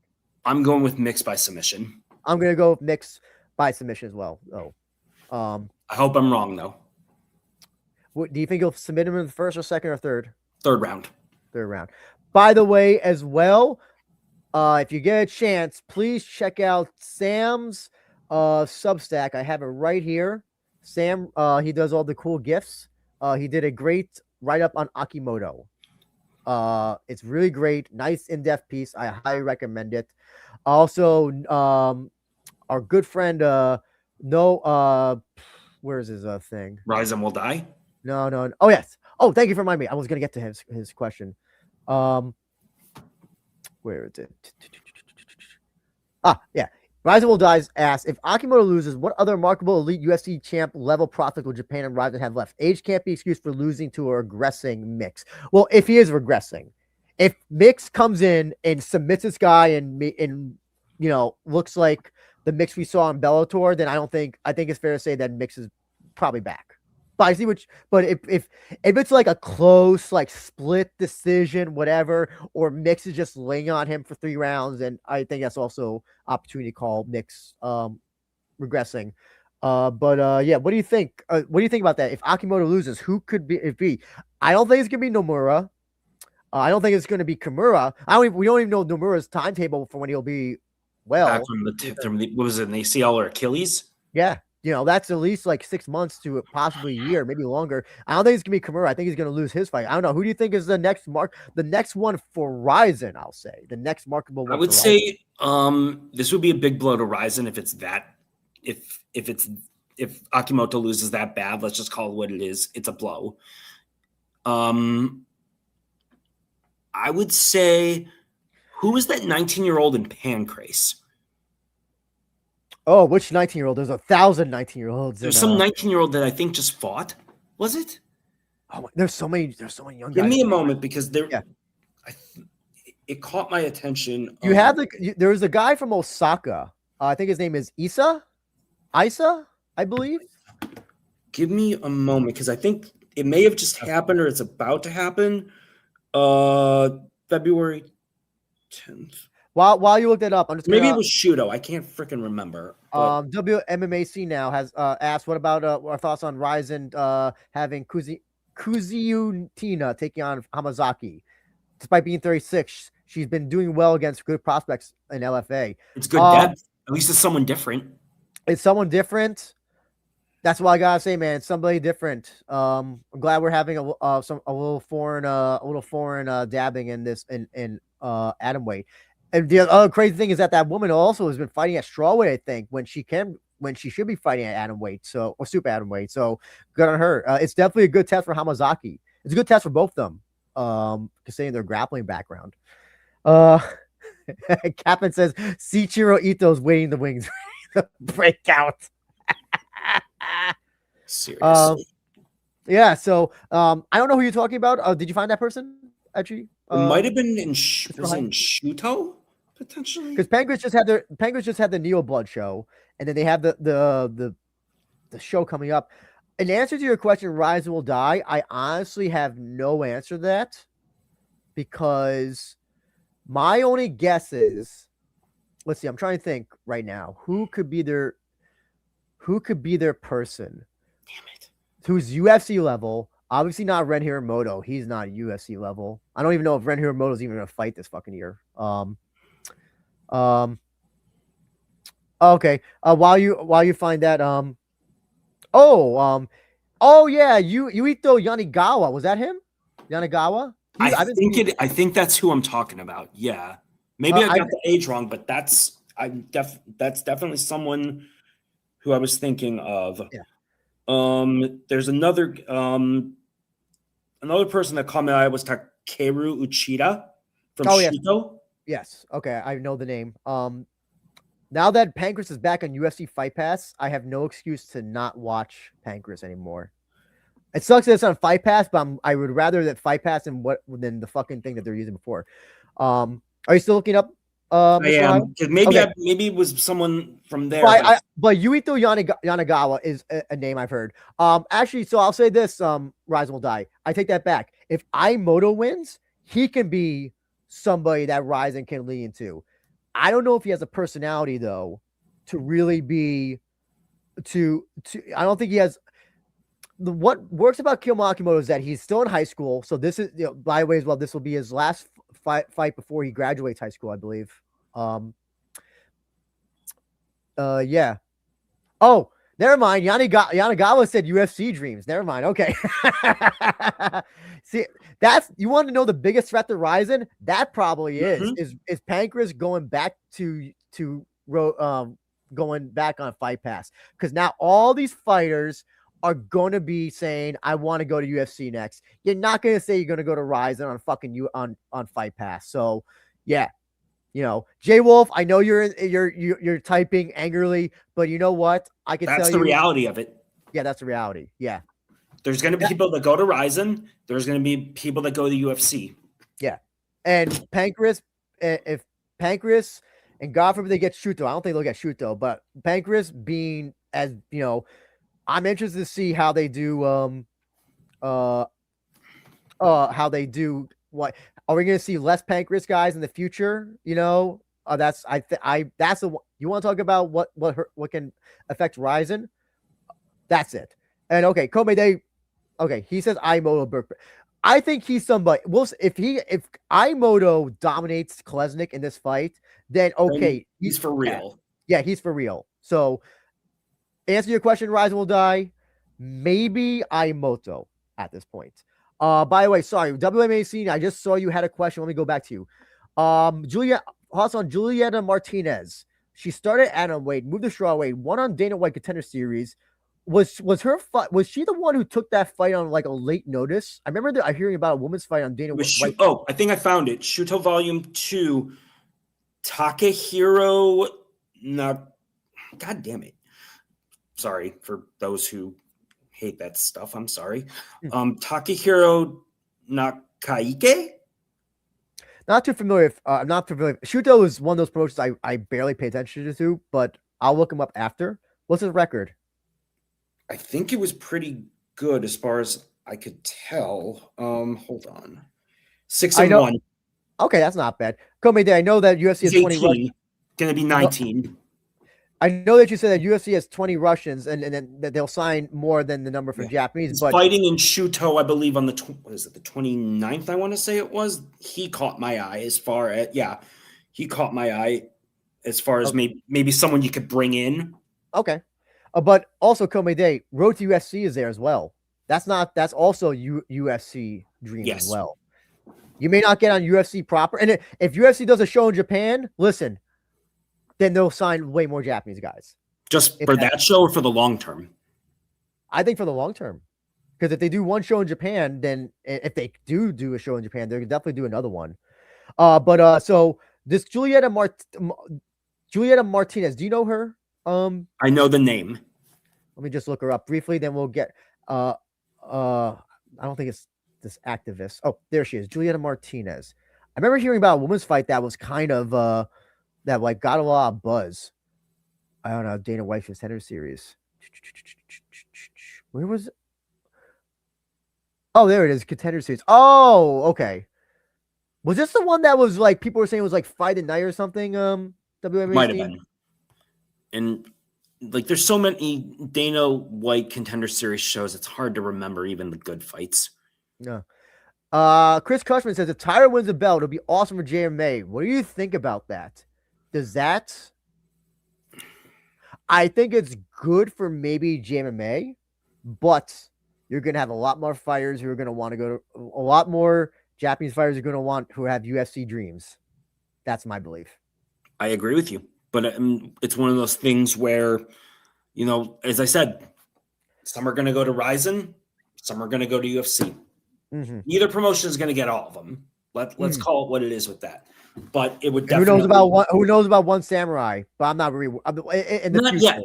Like we said, not yet. But there are fighters who prefer UFC. That's just that's just the reality of it. Imagine Captain says that means we would all be wrong and Shuto would reign supreme. Also, about that guy who who just won the Road to UFC, Nakamura or Kiichiro Nakamura, who is a featherweight. Yeah, is he from Grachan or is he Gladiator? I forgot which one. But, it's one of those two, and both of those promotions are very hit and miss when it comes to fighters. Anyway, Mr. Ohio, which fights are you looking forward to the most? I'm looking forward to Tokoro versus Junosuke Kashimura. Love both of them, and grappling I love. I'm looking forward to Mix and Akimoto because I want to see how good Akimoto truly is.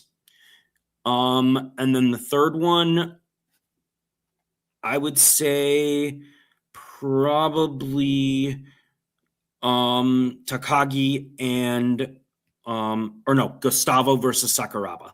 That's just a really intriguing fight to me. We're almost in agreement. 2 out of 3. Akimoto Mix, like basically for the same reason you said. Kolesnik versus Aimoto. Similar reason. Yeah, very similar reason. But I also think it's going to be a great fight. And then Tokoro versus Kashimura, just because generational fights. You know, got grappler versus grappler. It's neither of them, and both of them are usually pretty damn aggressive. Yes, yeah. Do you miss Dotbeck versus Fukuda? I do. I think you said that before, yeah. That was the one I was looking forward to the most. I think they said they're gonna rebook it though for I would hope, but let's hope that Kashiga Dotbeck gets healthy first. Oh yes, Nakamura some Grachon. Super Anime King says, he doesn't think it'll be good for a JMA fighter. There's more money in Rizin with how the Japanese fans digest MMA. Having your face on Rizin will lead to more money from exposure than the 12,000 UFC would give. You're right, Super Anime King. But here's the thing: UFC. It's the 3 letters that matter. And it's most. It's the Super Bowl of MMA, for lack of a better term. That's where the best fighters in the world are. Or the vast majority of them. That's just the truth. We don't say that as like. It's just a factual thing. I'm not happy with it. I think the UFC is a shitty company. And I think they do a lot of bad things. And I way too many shows, and they don't exactly. And a lot of the undercard fighters are not what you call UFC caliber. And they pay their fighters awfully for what they make, especially with that Paramount deal. No sponsors as well. Yeah. But yet UFC has sponsors. Go figure. Yeah. So yeah, you know. There are fighters in Japan who make more money in Rizin, but you know, going to UFC is just in their brain. And you also have a generation of fighters who didn't grow up watching Pride, even Dream, and that goes to another. I'm sorry to. No, go ahead. No, but that's another reason as to why the Fuji TV deal, in a way, losing Fuji TV was a problem. Yeah. Yeah. Because that's how you make new fans. You just make new fans who just inspire people to become fighters. Yeah. I know that YouTube and social media and all that can do that to a point, but you still have enough people in Japan who still watch Fuji, even if it is, or whatever terrestrial TV show station. There's still that's still potentially millions of new eyes. So Mr. Ohio, we're done. I know that people can't reach you by regular means, speaking of social media, but they can reach you for the Rizin Discord, right? Yep. Great. And again, also, everybody, I didn't mention this before, but please do it. Please like, leave a comment, share this video if you can as well. Algorithm. That is the word of the day. A for algorithm. And if you are not following the Twitter of We Are Rizin podcast, how dare you not? Please follow it here. And as well, smash that like. Just like Shaduliev will smash Yuta Kubo's face in April as well. And speaking of how to watch Rizin 52, Rizin.tv. I hope some of you folks who saw me shitting on Kevin K are here. So Rizin.tv is how you all do it. And I think it should be there. Let me see. I think they updated it. They did it pretty early this time. So the show should be available. Let's see. Yep, right here. $19.99 or subscribe for $16.99. And remember, it's on Friday going Eastern. Okay. Yeah, that might be better for some of you. And if not, you know, you could watch it on what do you call it? Demand. Yeah. Hopefully it won't be available like a day after though, like what's previously happened. Oh yes, and Jay Krish will be doing a Focus Fights preview on Tuesday. Are you part of that, Jay Wolf? I didn't think I saw your name. Is that why you're yeah. Komei Day. This is maybe the best comparison I've ever seen. I'm going to use this. The same reason why people buy a lottery ticket. They think the big prize has their name on it. A fighter thinks they can become McGregor. That is possible, but the UFC has done a terrible job with building new stars over the last 5 years. You're right, but also anybody, but they're like, that guy can make it, I can do it. Yeah, so, absolutely. I'm just saying, like the promotional giant, the brand and the boss are bigger than the fighters. Yes. Aside from a few. And then Chris Cushman says he took the day off. I don't know if I'll be watching the entire card live. I'll maybe watch maybe up to a point until my brain starts to like start seeing elephants. I'll be off on Saturday, so I'm definitely going to try to watch as much as I can, for sure. At least it's not a gargantuan, like 16, 17 fight card this time. Yes, yeah. 12, 11 to 13 to me for a numbered event, I think that's manageable. Yeah. I think it's manageable. I think it's a good. Not going to say that I'm happy that Dalbeck Fukuda got. Oh, no, absolutely not. But, it is what it is. And this is the perfect length for a number show. Landmarks, I can understand why. I don't like that they, book fluff, I guess. But this is perfect for a number show, the amount of fights.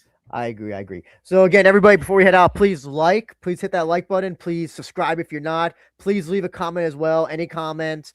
Can't thank you. I think that's is that it? Yeah, that's all I had. Oh yeah. Oh, sorry. The Rizin, I still have the Rizin t-shirt contest going on. That's still going on. So again, to enter that, just DM me. Actually, you know what? Email me or DM me your which fight you want to see in 2026 in Rizin, and I'll enter you, and it'll be random drawn. Let's say I'll have it last to I don't know. What's a good date? I'll ask you. I'll let you choose it, Mike. March 15th. March 15th. Okay, eyes of March. Is 2 weeks fair? Yeah, 2 weeks, because I'll mention it. I mentioned during this show and then the recap show. So yeah.